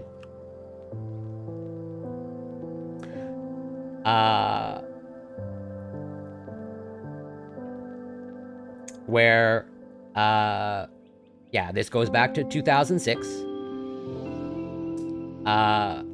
where progressive multifocal leukoencephalopathy, that is the severe neurological condition. And yeah, they suspended marketing, so it's now called Tysabri, but like I said, back then it was called Antegrin. So I was in the clinical trial for Crohn's disease. And at the time, since it was a clinical trial, I was blinded. When I was getting the infusions, I didn't actually know whether I was getting the medication or not. Like, that's how desperate both me and my gastroenterologist was. Where it's like, hey, not only just try this clinical trial, like, you literally might just get placebo. But let's not only hope that you get the actual therapy, let's also hope that it's beneficial. That's exactly what I'm getting to. When I was in the middle of the clinical trial, and when it was put on hold, they had to tell me that I did actually get the active medication, and they had to tell me that because, like, I had to be screened for this condition. I had to go get an MRI, be assessed, because, like, I got the active drug, and they want to make sure that, I didn't have this, or I wasn't at risk of getting this. And I believe that's one of the reasons why they rebranded to Tysabri from Antegrin, because, as a result of this complication, the name Antegrin, let's say, got some bad PR, and so they rebranded to Tysabri.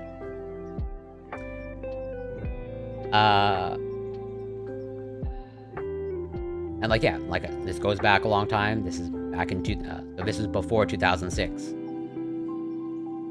Yeah, this is basically like a fatal, well, it's in the name.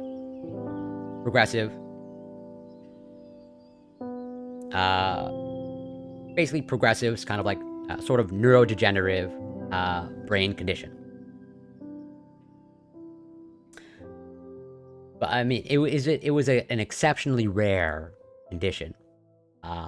Like, at the time, it was only like they were treating, a few thousand patients in the clinical trials. But like, there was, like, I think like a dozen or so, or a couple of dozen or so patients that were developing this condition. So yeah, all that to say is I understand desperate times call for desperate measures, and I have totally been desperate for relief, for anything that works. 1 second. So yeah, like I said, for many reasons, I don't blame anybody for again trying experimental things, especially in when you're looking for relief. So where was I was here? Yeah, the two perspective case series corroborate the results from several earlier investigations, showing that mild to moderate adverse effects occur in a large proportion of patients receiving spinal manipulation. These adverse effects are transient and non-serious, but nevertheless seriously affect many patients. Risk-benefit evaluations of spinal manipulation must therefore account not just for serious complications, but also for such adverse events. Case control and other studies confirm that upper spinal manipulation is associated with risks, and that spinal manipulation is an independent risk factor for vertebral artery dissection.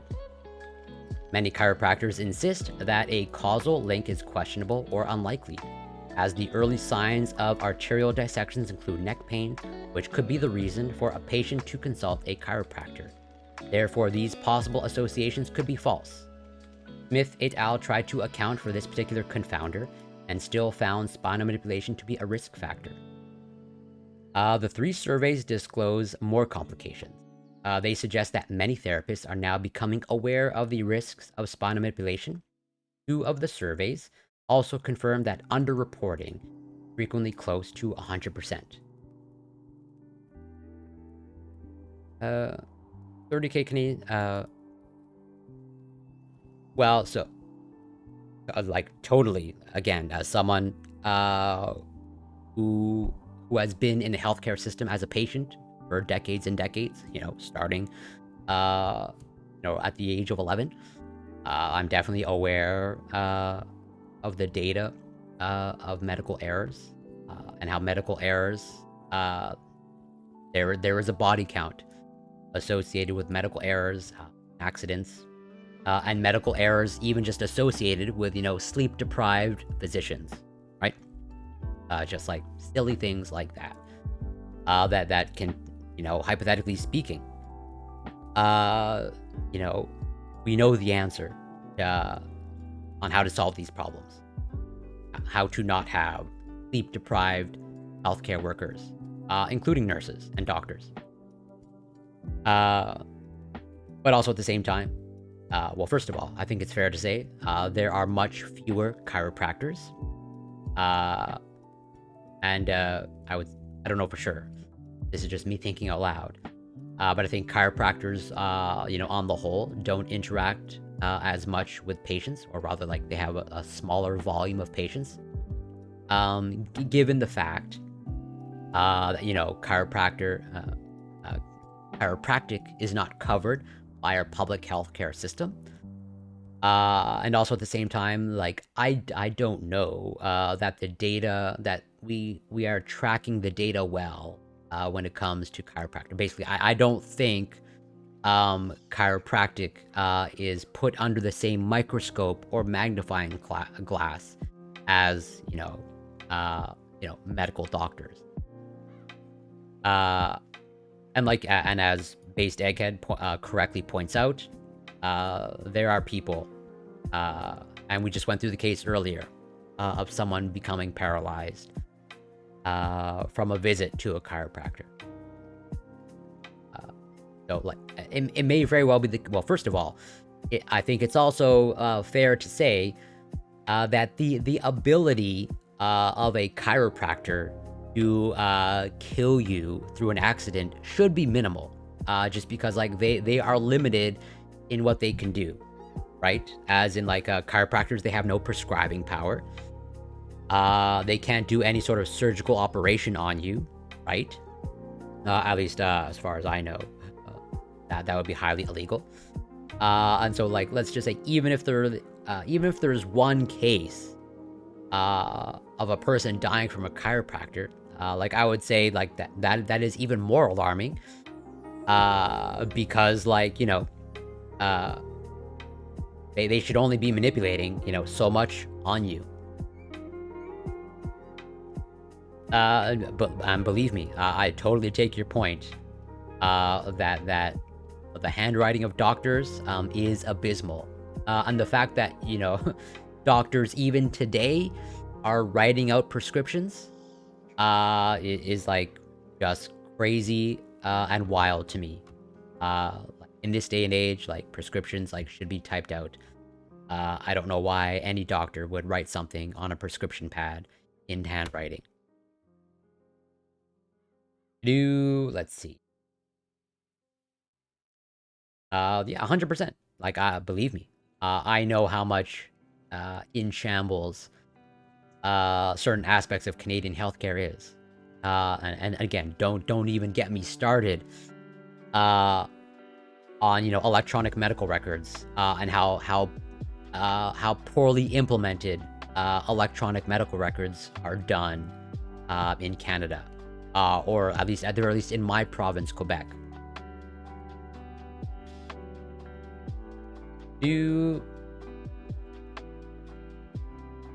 It seems unfair to assess the risk of spinal manipulation as practiced by well-trained chiropractors alongside that associated with untrained therapists.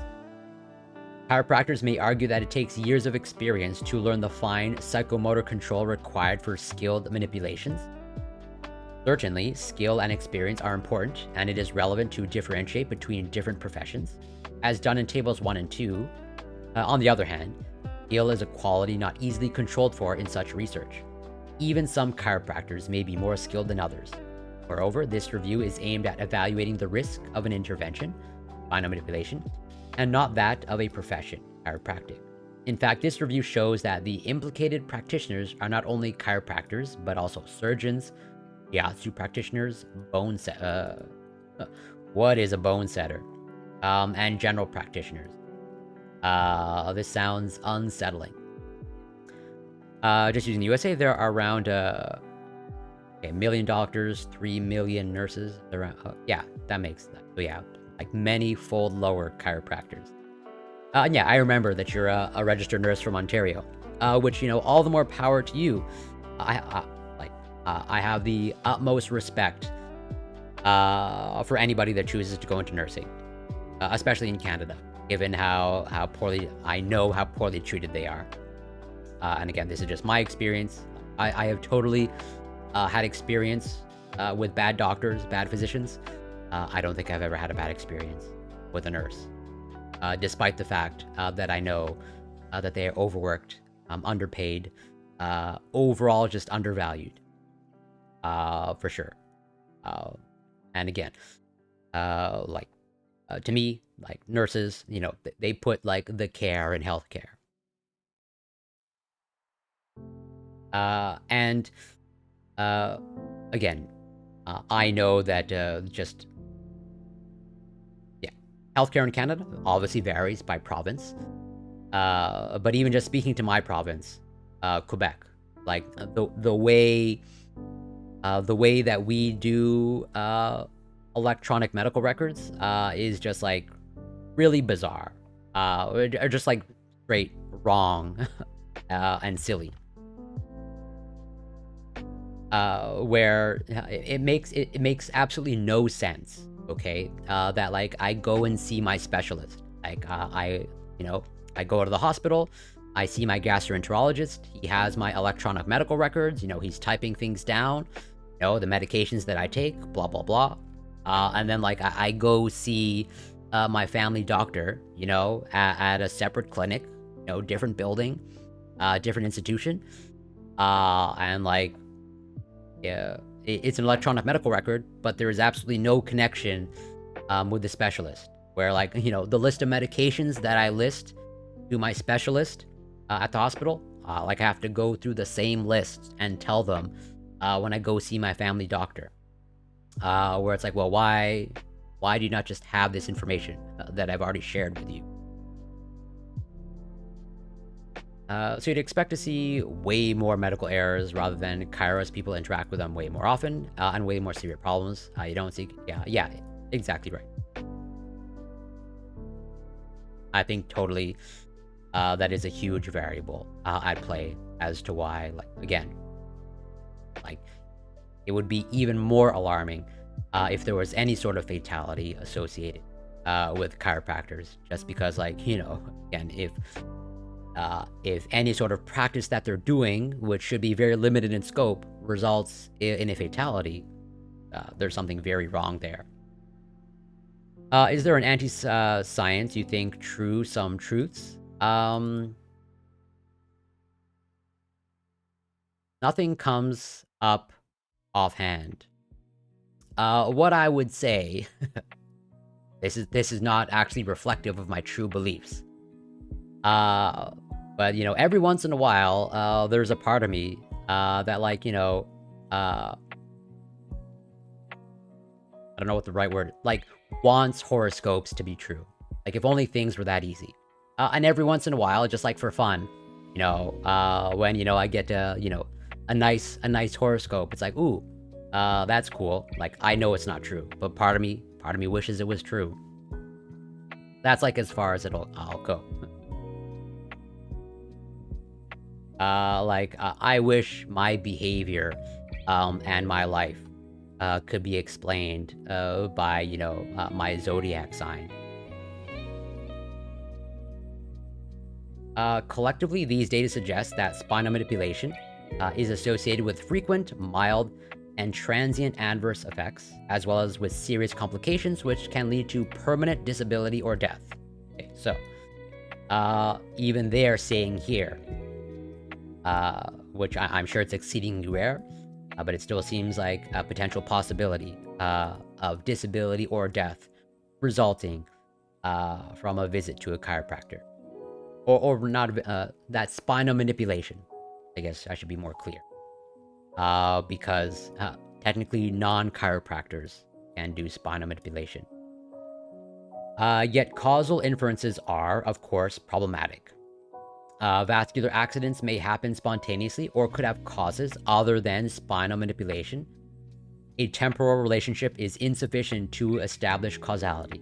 Which, yeah, that is totally fair. And just like the case that we covered earlier of the girl who visited the chiropractor, and then, a couple days later, they ended up paralyzed in the ICU, like I said, can we say for certain that their visit to the chiropractor caused their paralysis? No. Even though the doctors, strongly suspected that to be the case. That is a temporal relationship. And technically speaking, that is insufficient to establish causality. And recall bias can further obscure the truth. Moreover, denominators are rarely available. Consequently, the frequency of serious adverse effects is currently unknown. Estimates by chiropractors vary. For example, 6.4 per 10 million manipulations of the upper spine and 1 per 100 million manipulations of the lower spine. These figures, however, may be over-optimistic.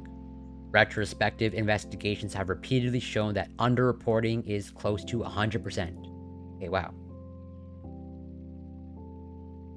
If I'm reading that correctly, like, basically the numbers are reported are basically 50% of what the actual reality is.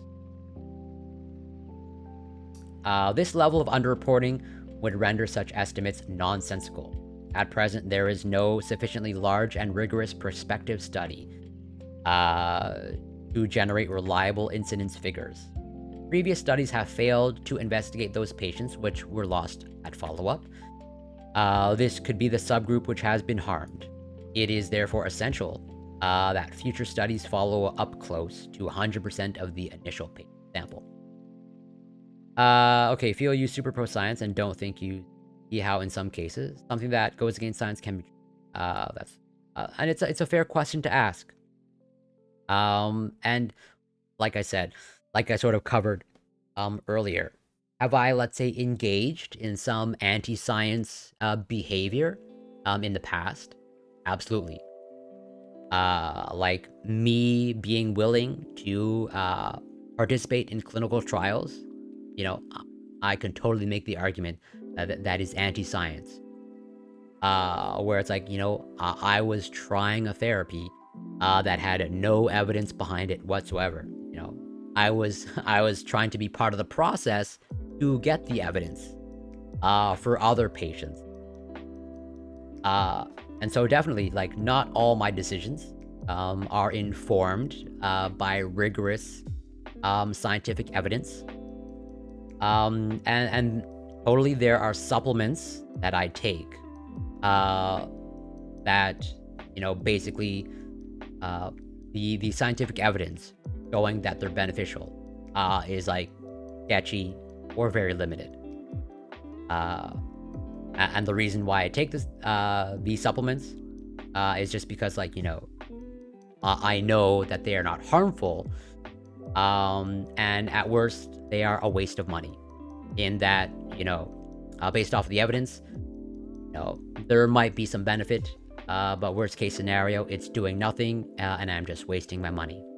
And given the fact that the supplements that I do take, or the supplement that I take that falls in the category of limited scientific evidence behind it, it's, it costs like $20 for like a 2-month supply.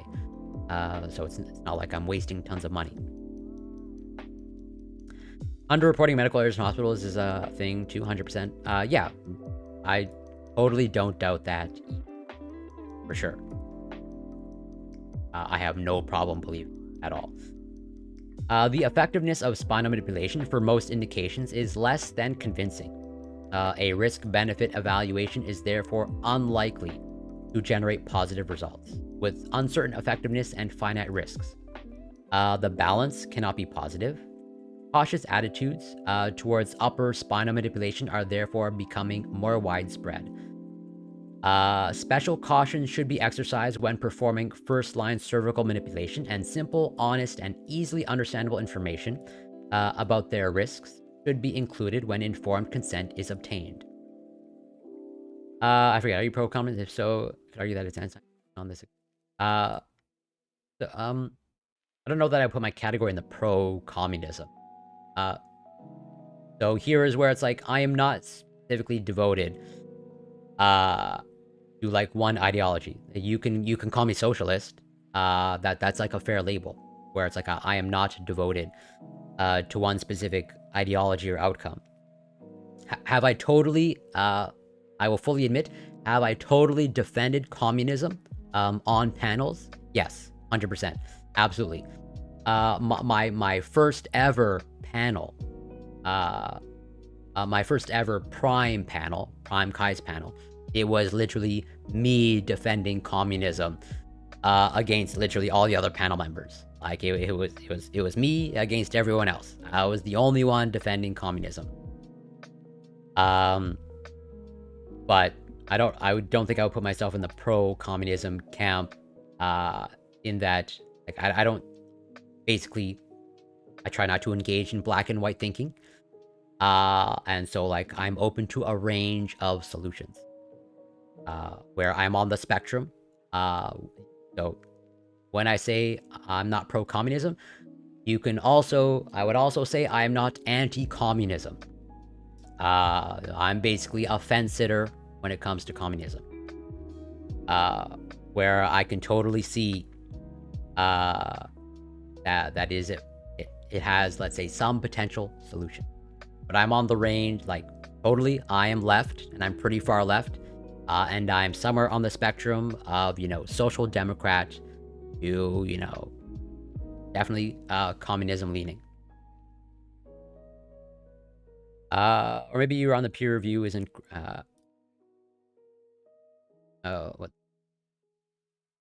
or maybe you are on the peer review isn't great train, which is anti-modern approach to, so, funnily, I don't know if you watched it or not, but I was, a couple of weeks ago, and it's okay if you attack me, believe me, by all means, go for it. But I was on Wix panel a couple weeks ago about peer review. And my position is the same, where I am totally, so contrasting my position with, let's say, Wix position on peer review. Wix position on the panel, at least based off of my understanding, I don't want to mischaracterize Wix position. This is just the way I understand their position. But Wix, my understanding, was advocating for abolishing peer review. Basically, it should be just the full marketplace of ideas. And just, the truth wins out. And that, peer review basically doesn't, or at least the formalized peer review process doesn't exist. And, the new peer review process is just people are allowed to, review your research. And I definitely was not for that. I was basically of the position of like there are clear problems with the peer review process. And there definitely needs to be reform of the peer review process. But there absolutely, at least in my mind, there absolutely has to be some gatekeeping of science. I just don't know what that gatekeeping should look like. And on the panel, I brought up this example. There's a journal who is in the process, and you can see I've clicked on this before. But they are sort of in the process of experimenting with a new peer review process. And as I said on the panel, I'm very curious how this is going to play out, or how this is going to affect peer review. So yeah, so pretty much this was published late last year, so starting this year, 2023, so it's already started technically. From next year, eLife is eliminating accept reject decisions after peer review, instead focusing on public reviews and assessments of preprints. Since its inception, eLife's mission has been to innovate and improve the way research is communicated.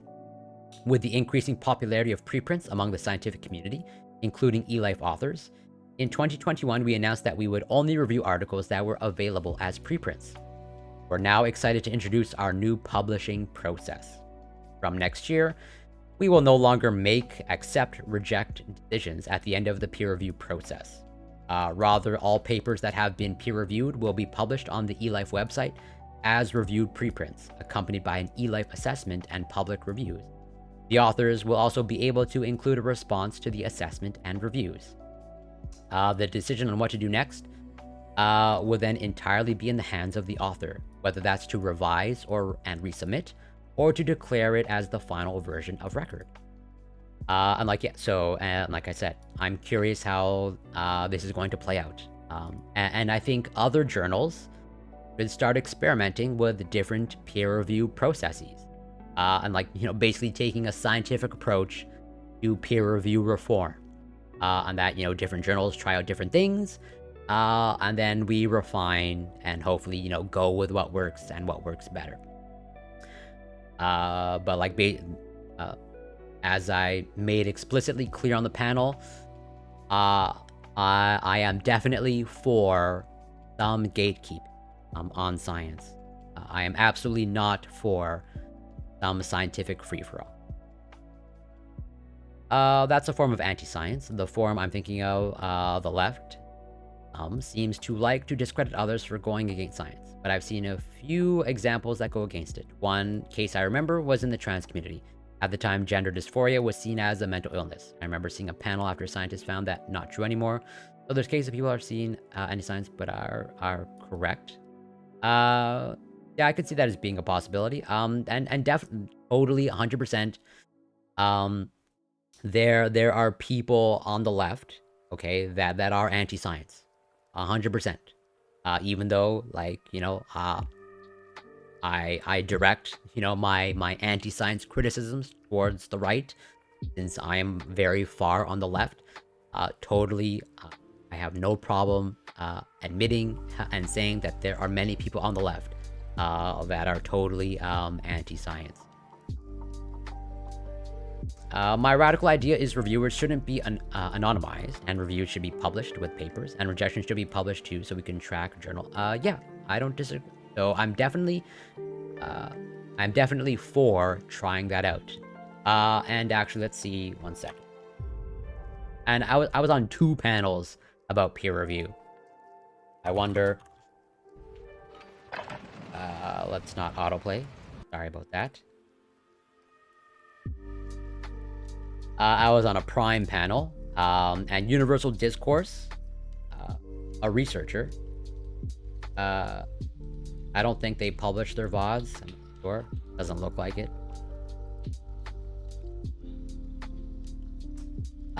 Maybe on YouTube. They also held a panel on peer review.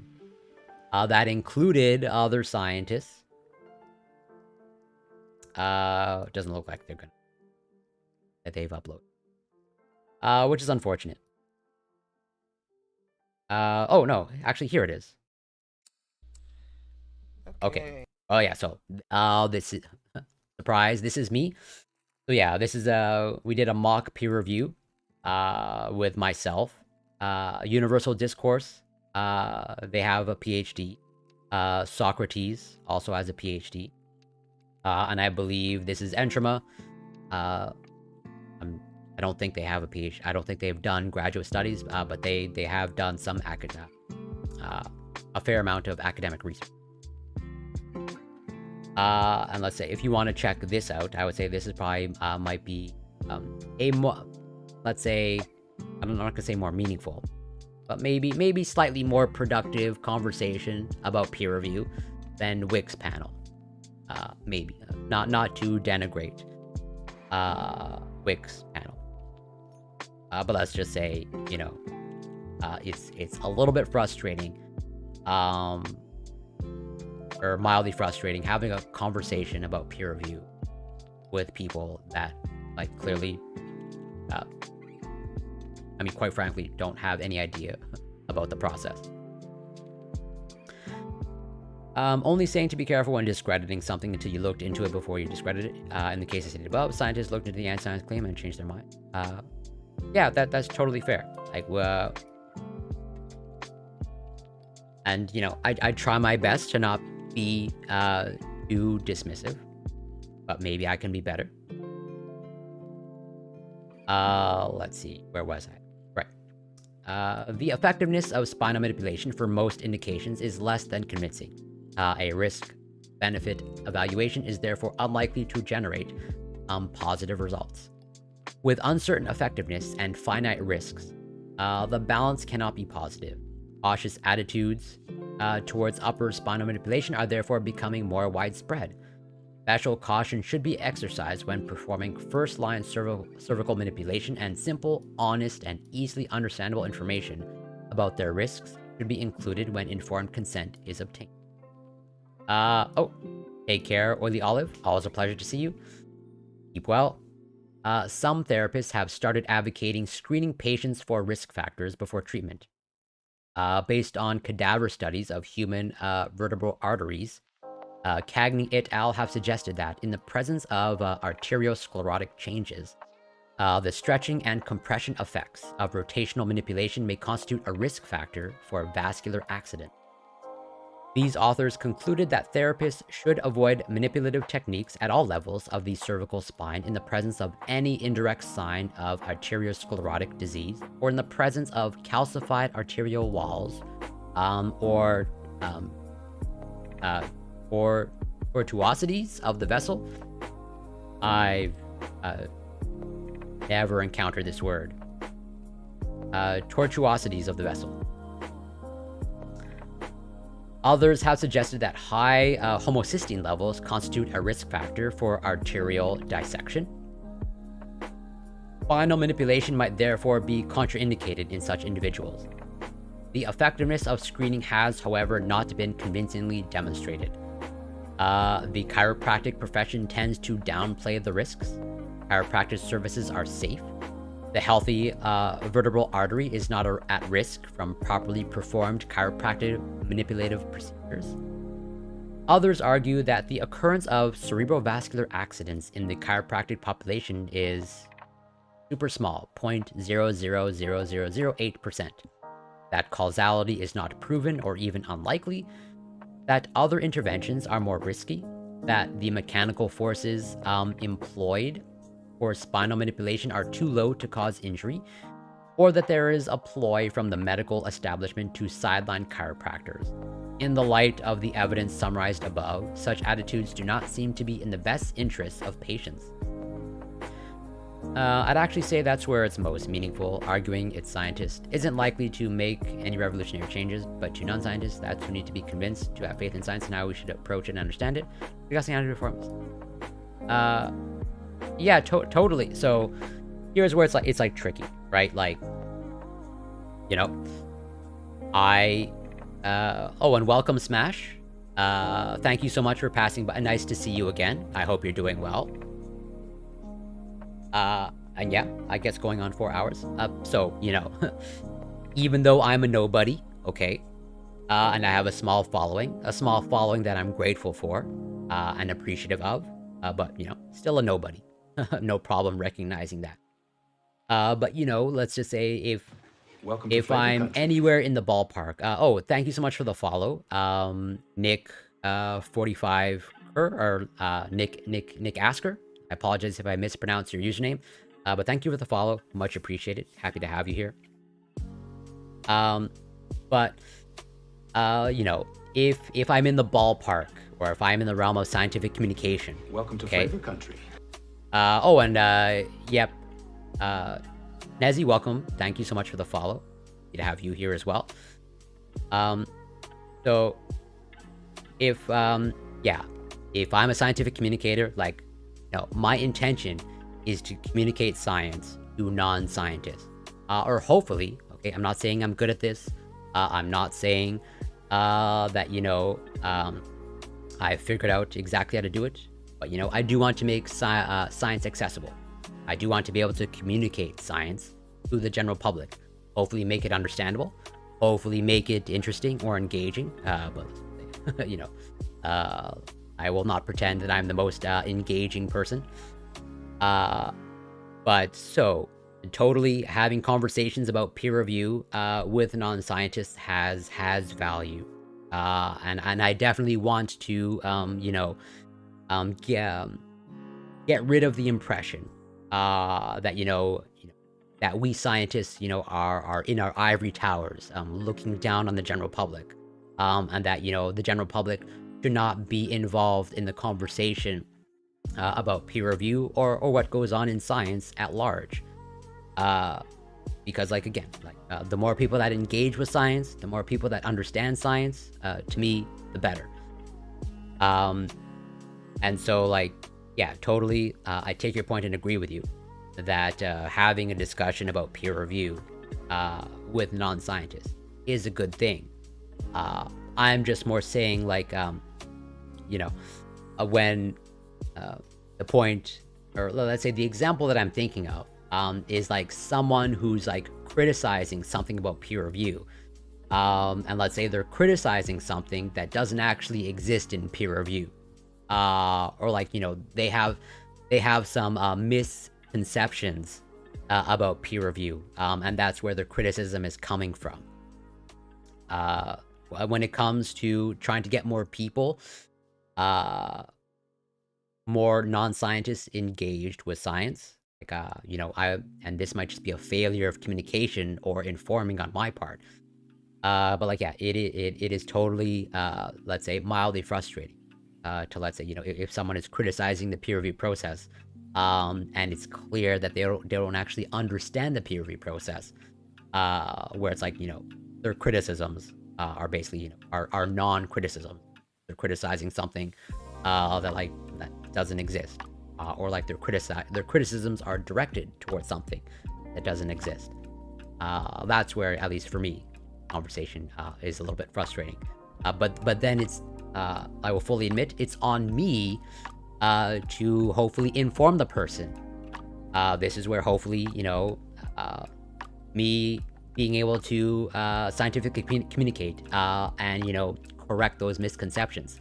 It's just like, you know, that panel was difficult to be on because, like, I wanted to correct the misconception, but since there's so many conversations and interruptions happening, you know, I can't correct misconceptions, or I can't do as much informing as I want to on a panel, where it's like, you know, part of engaging the public, hopefully having meaningful conversations.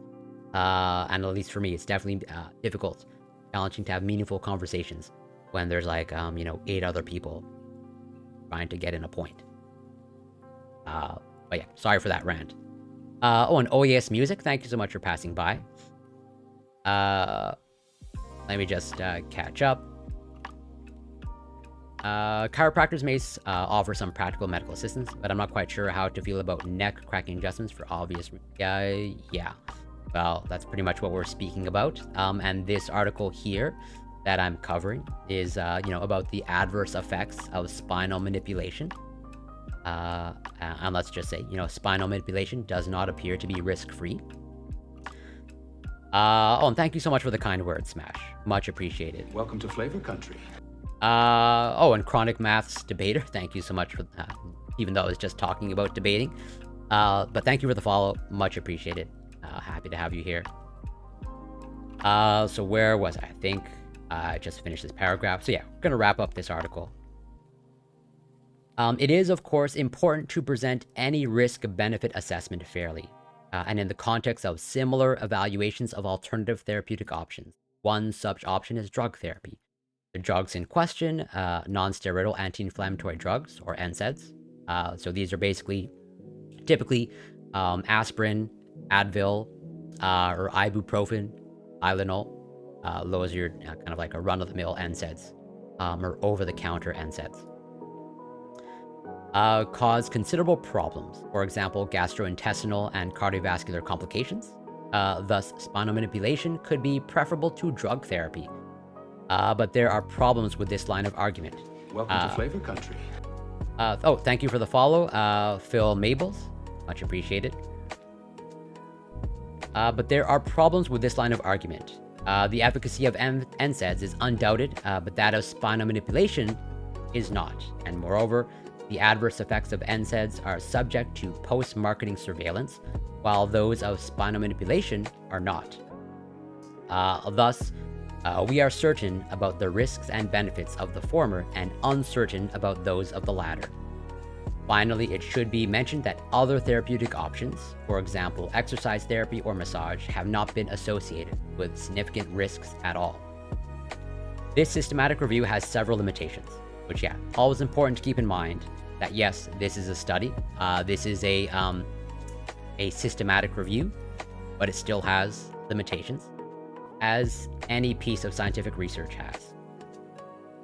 Even though the search strategy was thorough, some relevant published articles might have been missed. High levels of underreporting or recall bias might distort the overall picture generated. Publication bias could have exerted a similar effect. For instance, it is possible that journals of complementary medicine are unlikely to publish findings which might be considered negative, right? This is the typical thing when it comes to any sort of scientific or academic publication, is publication bias. Where, unfortunately, and this is another reform that I would like to see, you know, not necessarily to peer review, but scientific publication as a whole is like, you know, we should be able to publish negative findings. It is super frustrating that pretty much negative findings are virtually never published. Where literally, for example, like the research that I carry out, you know, for my PhD, like it literally might have been research that someone else has tried, but since they failed, you know, they stopped. It was never published that they failed. Like literally, I could be going down a dead end and not know it, and I wouldn't know it because, like, if someone else tried it, it would not be published. And also at the same time, if I hit that dead end, that won't be published either. So it doesn't prevent anybody else in the future from going down that same dead end road. In conclusion, spinal manipulation, particularly when performed on the upper spine, has repeatedly been associated with serious adverse events. Currently, the incidence of such events is unknown. Adherence to informed consent, which currently seems less than rigorous, should therefore be mandatory to all therapists using this treatment. Considering that spinal manipulation is used mostly for self-limiting conditions, and that its effectiveness is not well established, we should adopt a cautious attitude towards using it in routine healthcare. No competing interests, non-funding. I would say this is pretty article, and yeah, this is published in the Journal of the Royal Society of Medicine. Yeah, pretty much the conclusion I would say is pretty explicit. Spinal manipulation, particularly when performed on the upper spine, is frequently associated with mild to moderate adverse effects. It can also result in serious complications such as vertebral artery dissection, followed by stroke. Currently, the incidence of such events is not known. In the interest of patient safety, we should reconsider our policy towards the routine use of spinal manipulation. Yeah, I know you're being sarcastic, and I wish it was a jobs program. Okay, if it was a jobs program, okay, if I was seen as an employee, again, I know you're being sarcastic, but it allows me to rant on this. If it was seen as a jobs program, and I was seen as an employee, then I would be legally required to be paid minimum wage. Okay, and as a grad student, I'm paid less than minimum wage, way less than minimum wage.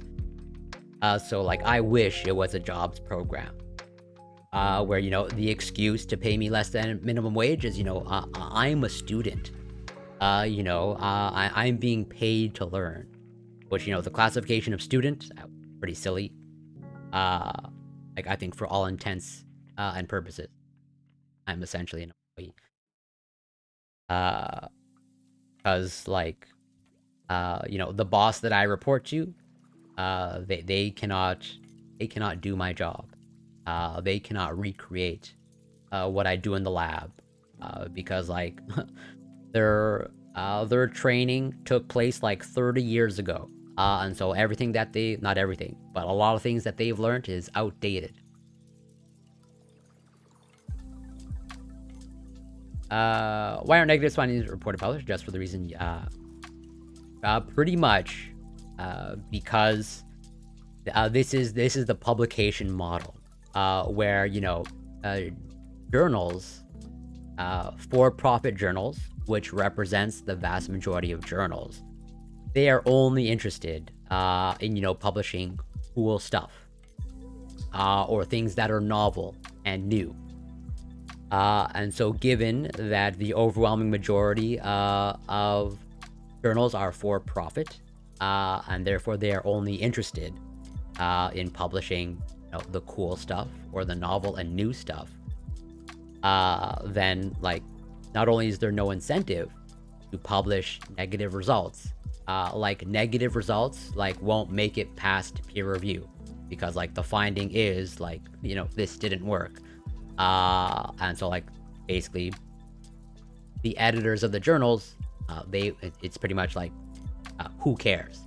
It's like, show me something cool, show me something new, show me something that actually, you know, whatever, contributes to the body of knowledge. Even though I would make the strong case that negative findings contribute to the body of knowledge, because, you know, I would say largely on the whole, science is like, at least practical, boots on the ground science is like figuring out what doesn't work, and going through, you know, multiple iterations of figuring out what doesn't work, and then finally stumbling upon the rare case where something works, and then, you know, you go with that and you publish that. You know, basically the variable elimination or process of elimination. It's just like you're chipping away at all the variables until hopefully you've chipped away at enough variables and you've isolated a single one that results in a positive outcome.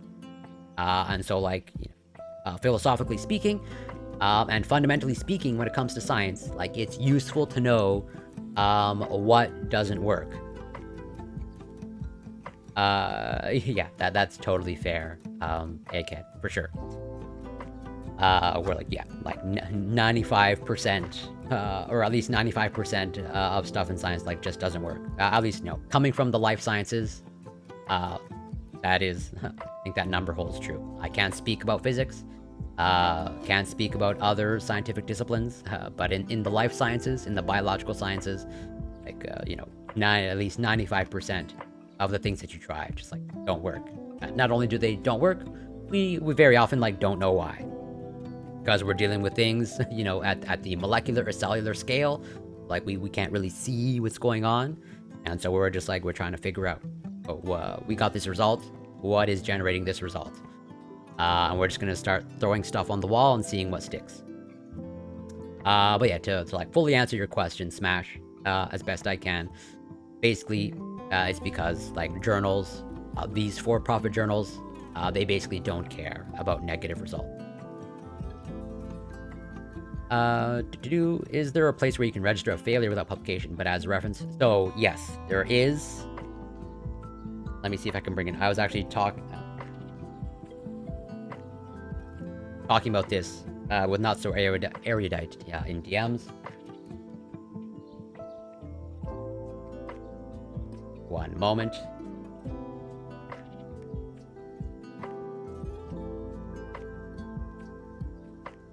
So there are some let's say there's some movements, small movements towards, you know, trying to make scientific publications just like shareable, and just kind of like a database of like, hey, you just want to upload something, either positive or negative, you can do that. This is one of the websites that I know of, figshare.com, where like, yeah, store, share, discover, research. Where it's not necessarily registering, but if you basically just want to like share your data, okay, as they say here, yeah, in this quote in this magazine, Figshare wants to open scientific data to the world. Oh, I hope, yeah, if there's audio issues, definitely let me know. But at least as far as I can tell, things are acting normally. But like, yeah, this is basically a repository or a database where like, yeah, if researchers just want to make their research shareable, they can do that or upload through this website or repository. And they're, you know, they're getting, you know, a little bit of traction. Like this is definitely not mainstream yet. No, this is definitely not, and this is very far from overtaking the traditional, you know, publication or profit journal publication model. But at least, you know, there's some institutions that, you know, appear to take this. Yeah, there's some signs or reasons for hope. And again, you know, like there was this panel, like I said, on peer review, on Universal Discourse. I'll shout out.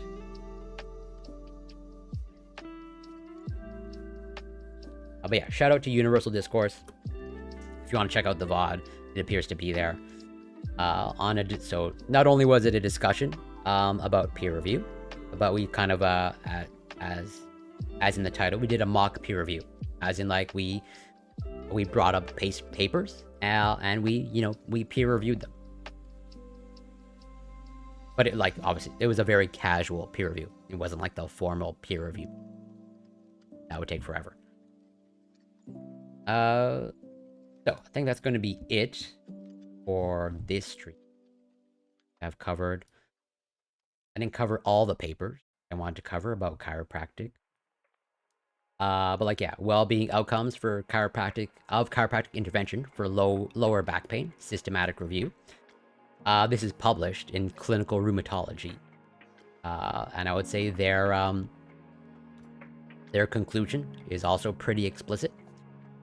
It is difficult, therefore, to defend any conclusion about the impact of chiropractic intervention on the quality of life, lifestyle, health, and economic impact on chiropractic patients presenting with back pain. Yeah. I would say also pretty much in the same vein as this one, not this one. As in, like, again, there is exceptionally limited or like close to no empirical evidence backing the efficacy of the type of manipulations that chiropractors carry out. Essentially the main message. But again, I'm repeating myself. At the end of the day,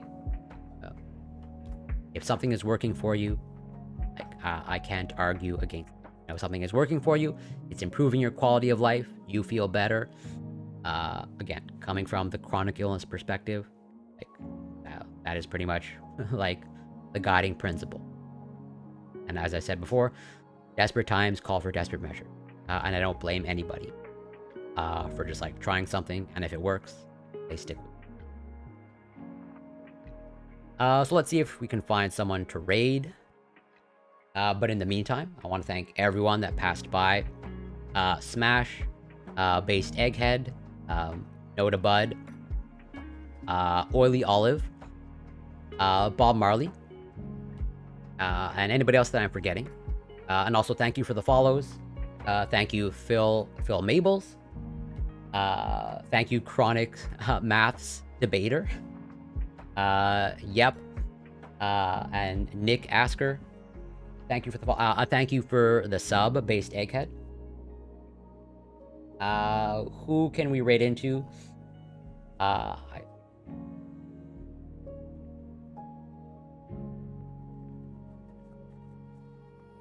I think we will raid into Levelhead.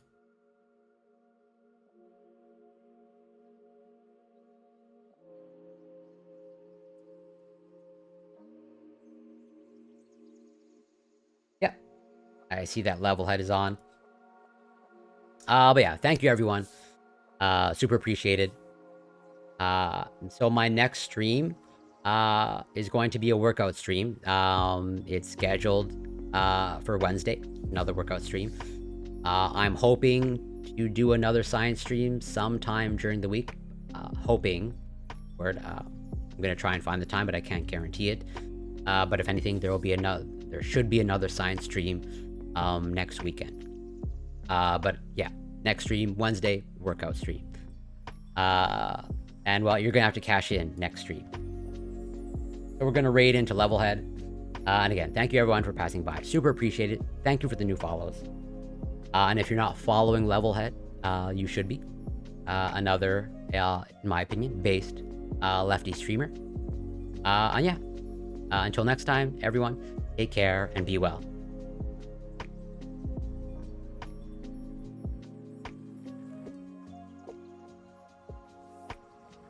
And if you get a big piece of it.